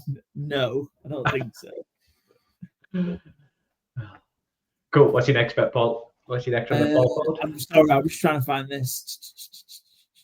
So there's a couple of bits. That beating thing is what I'd mentioned. I need to find it. I'm so sorry, because there's also another stat off the back of it, which is really good. Oh, I can't find it, which is terrible, and this is dead air. I know. Oh, if Joe Flacco leads the Bengals to win over the Packers on Sunday, he'd become the first NFL quarterback to beat a team twice in the same season with different teams since 1962. The year was right when Jack Kemp led the Chargers and Bills to wins over the Titans, which I believe was the Jets at the time. So 1962, nobody's done it since Jack Kemp. Not that I think he will do it, but he's going to keep it within 14. So I need totals, don't I? Over, under. Oh. Under, I'm going to go Rams, Ravens, 44.5. It's Cooper Rush again, isn't it? I think, or Snoop Huntley, where we're at. Lamar's not back. This lost season for the Ravens, 1-5. Rams defensively are going to be able to kind of keep them shut out. Rams aren't going to need to exert themselves to win the game comfortably. Get your win. Get in. Get out. West Coast traveling to East Coast, which I think makes the West Coast team a little bit bit difficult for the West Coast team. I feel like this might be like 21, early 20s to 3, early 20s to 10, under 44.5, which is a shame because we're going watching this game with the Ravens UK fans in Manchester on Sunday at the Lassie Gallery. Come down. We'll be there. You know with that the Texans have just put up all them points on the Ravens, and the Rams are probably a hell of a lot better than the Texans on offense. I think, but I just kind of think Rams might just be a bit more professional, take it easy sort of vibe.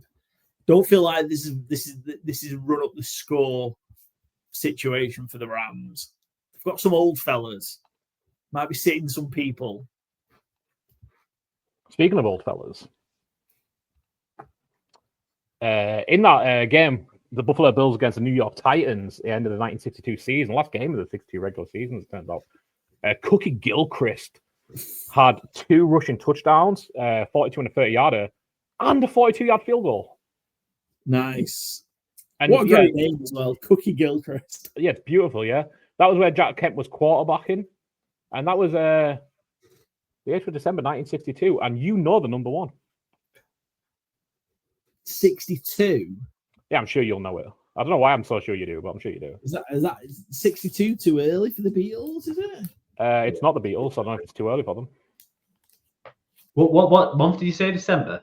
Yeah, December 8th, 1962. It's like White Christmas. No, it is Elvis Presley Return to Sender.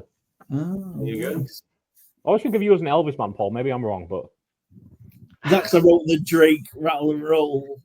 Oh, was that Elvis? Feels like Era, doesn't it? Yeah. I don't think so. Anyway, we should probably move on from Cookie Gilchrist, Elvis, and all the lads. And Joe, you've got a third pick to make.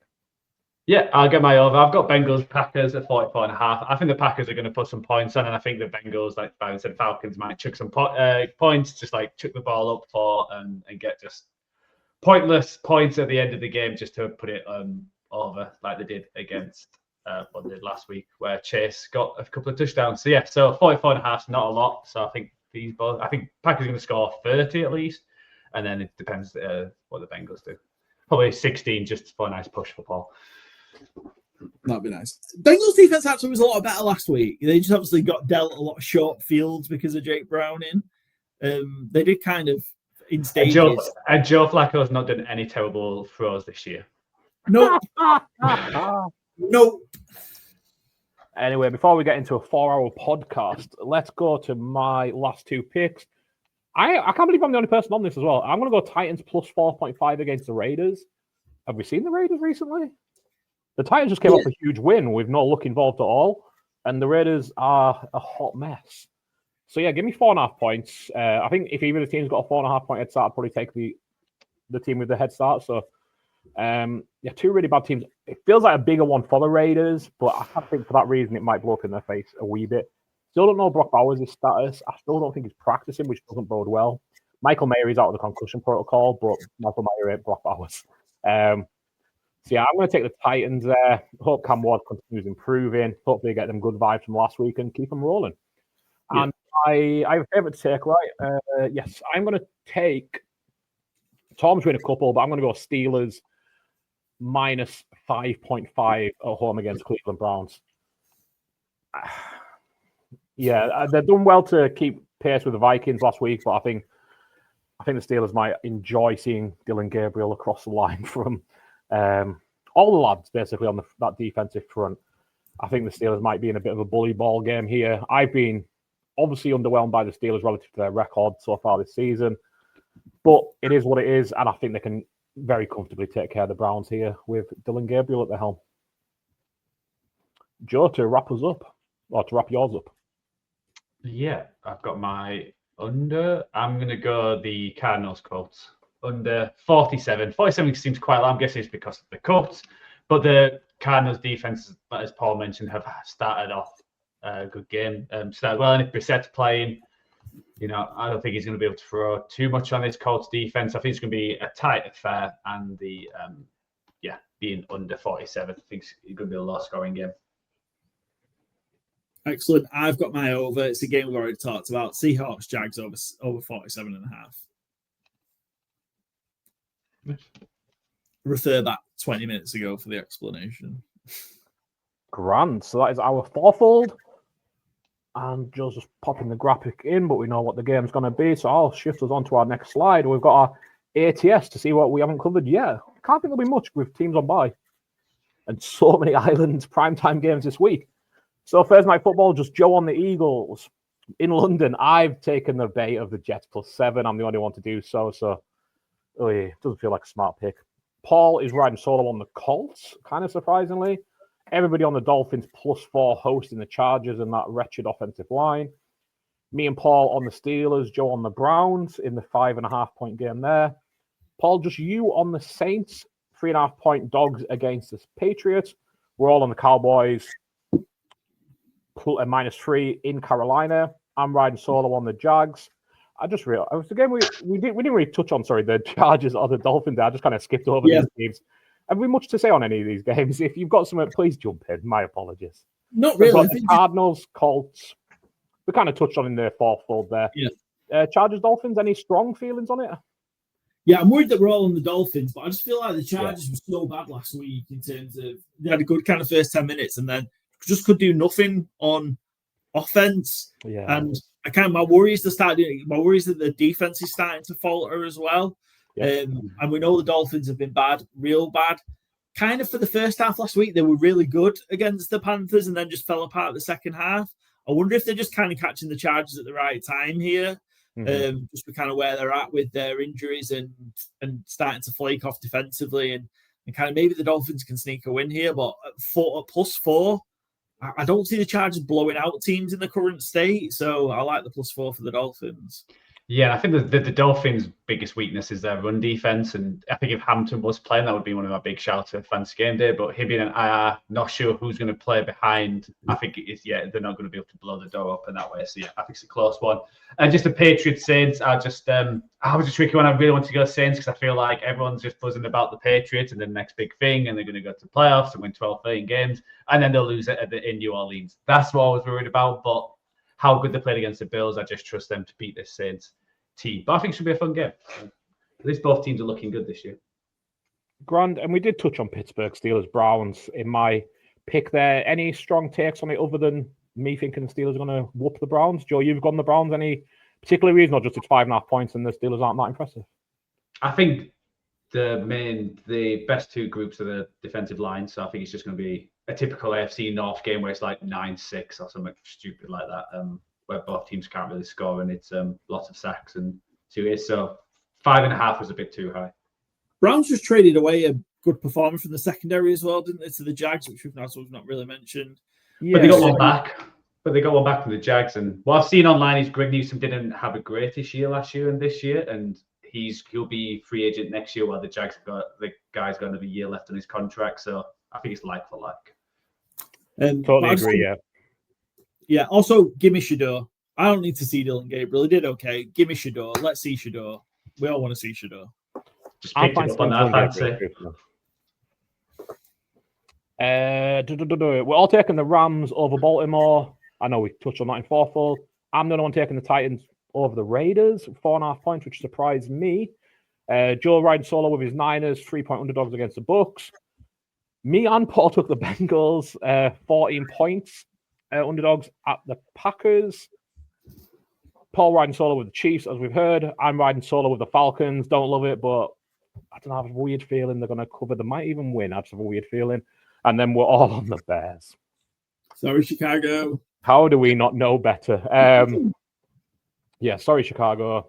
But maybe, you know. Colson Loveland gets his touchdown. Win 7-0. Who knows? And that wraps us up. That's all of the games previewed for week 6. What we do have coming up, though, we're not leaving you in the lurch with that. Saturday, we'll have 10-minute tips for Fantasy Game Day. If you lasted this long with us, you know Fantasy Game Day, number one fantasy game in the UK, daily fantasy sports. Got entries at all levels. Our promo code is COVER, but you'll see that in our Fantasy Game Day 10-minute tips. Please give us a 5-star rating. Give our YouTube a thumbs up, Spotify a thumbs up where you see our beautiful faces. You find us anywhere you get your good podcasts, and your bad podcasts, I suppose. But anywhere you get a podcast, you will find us. Spotify, Apple Podcasts, Podbean, Overcast, etc., etc. And yeah, we will see you Saturday and then again Tuesday morning for the recap. Joe, you look like you might have something to say.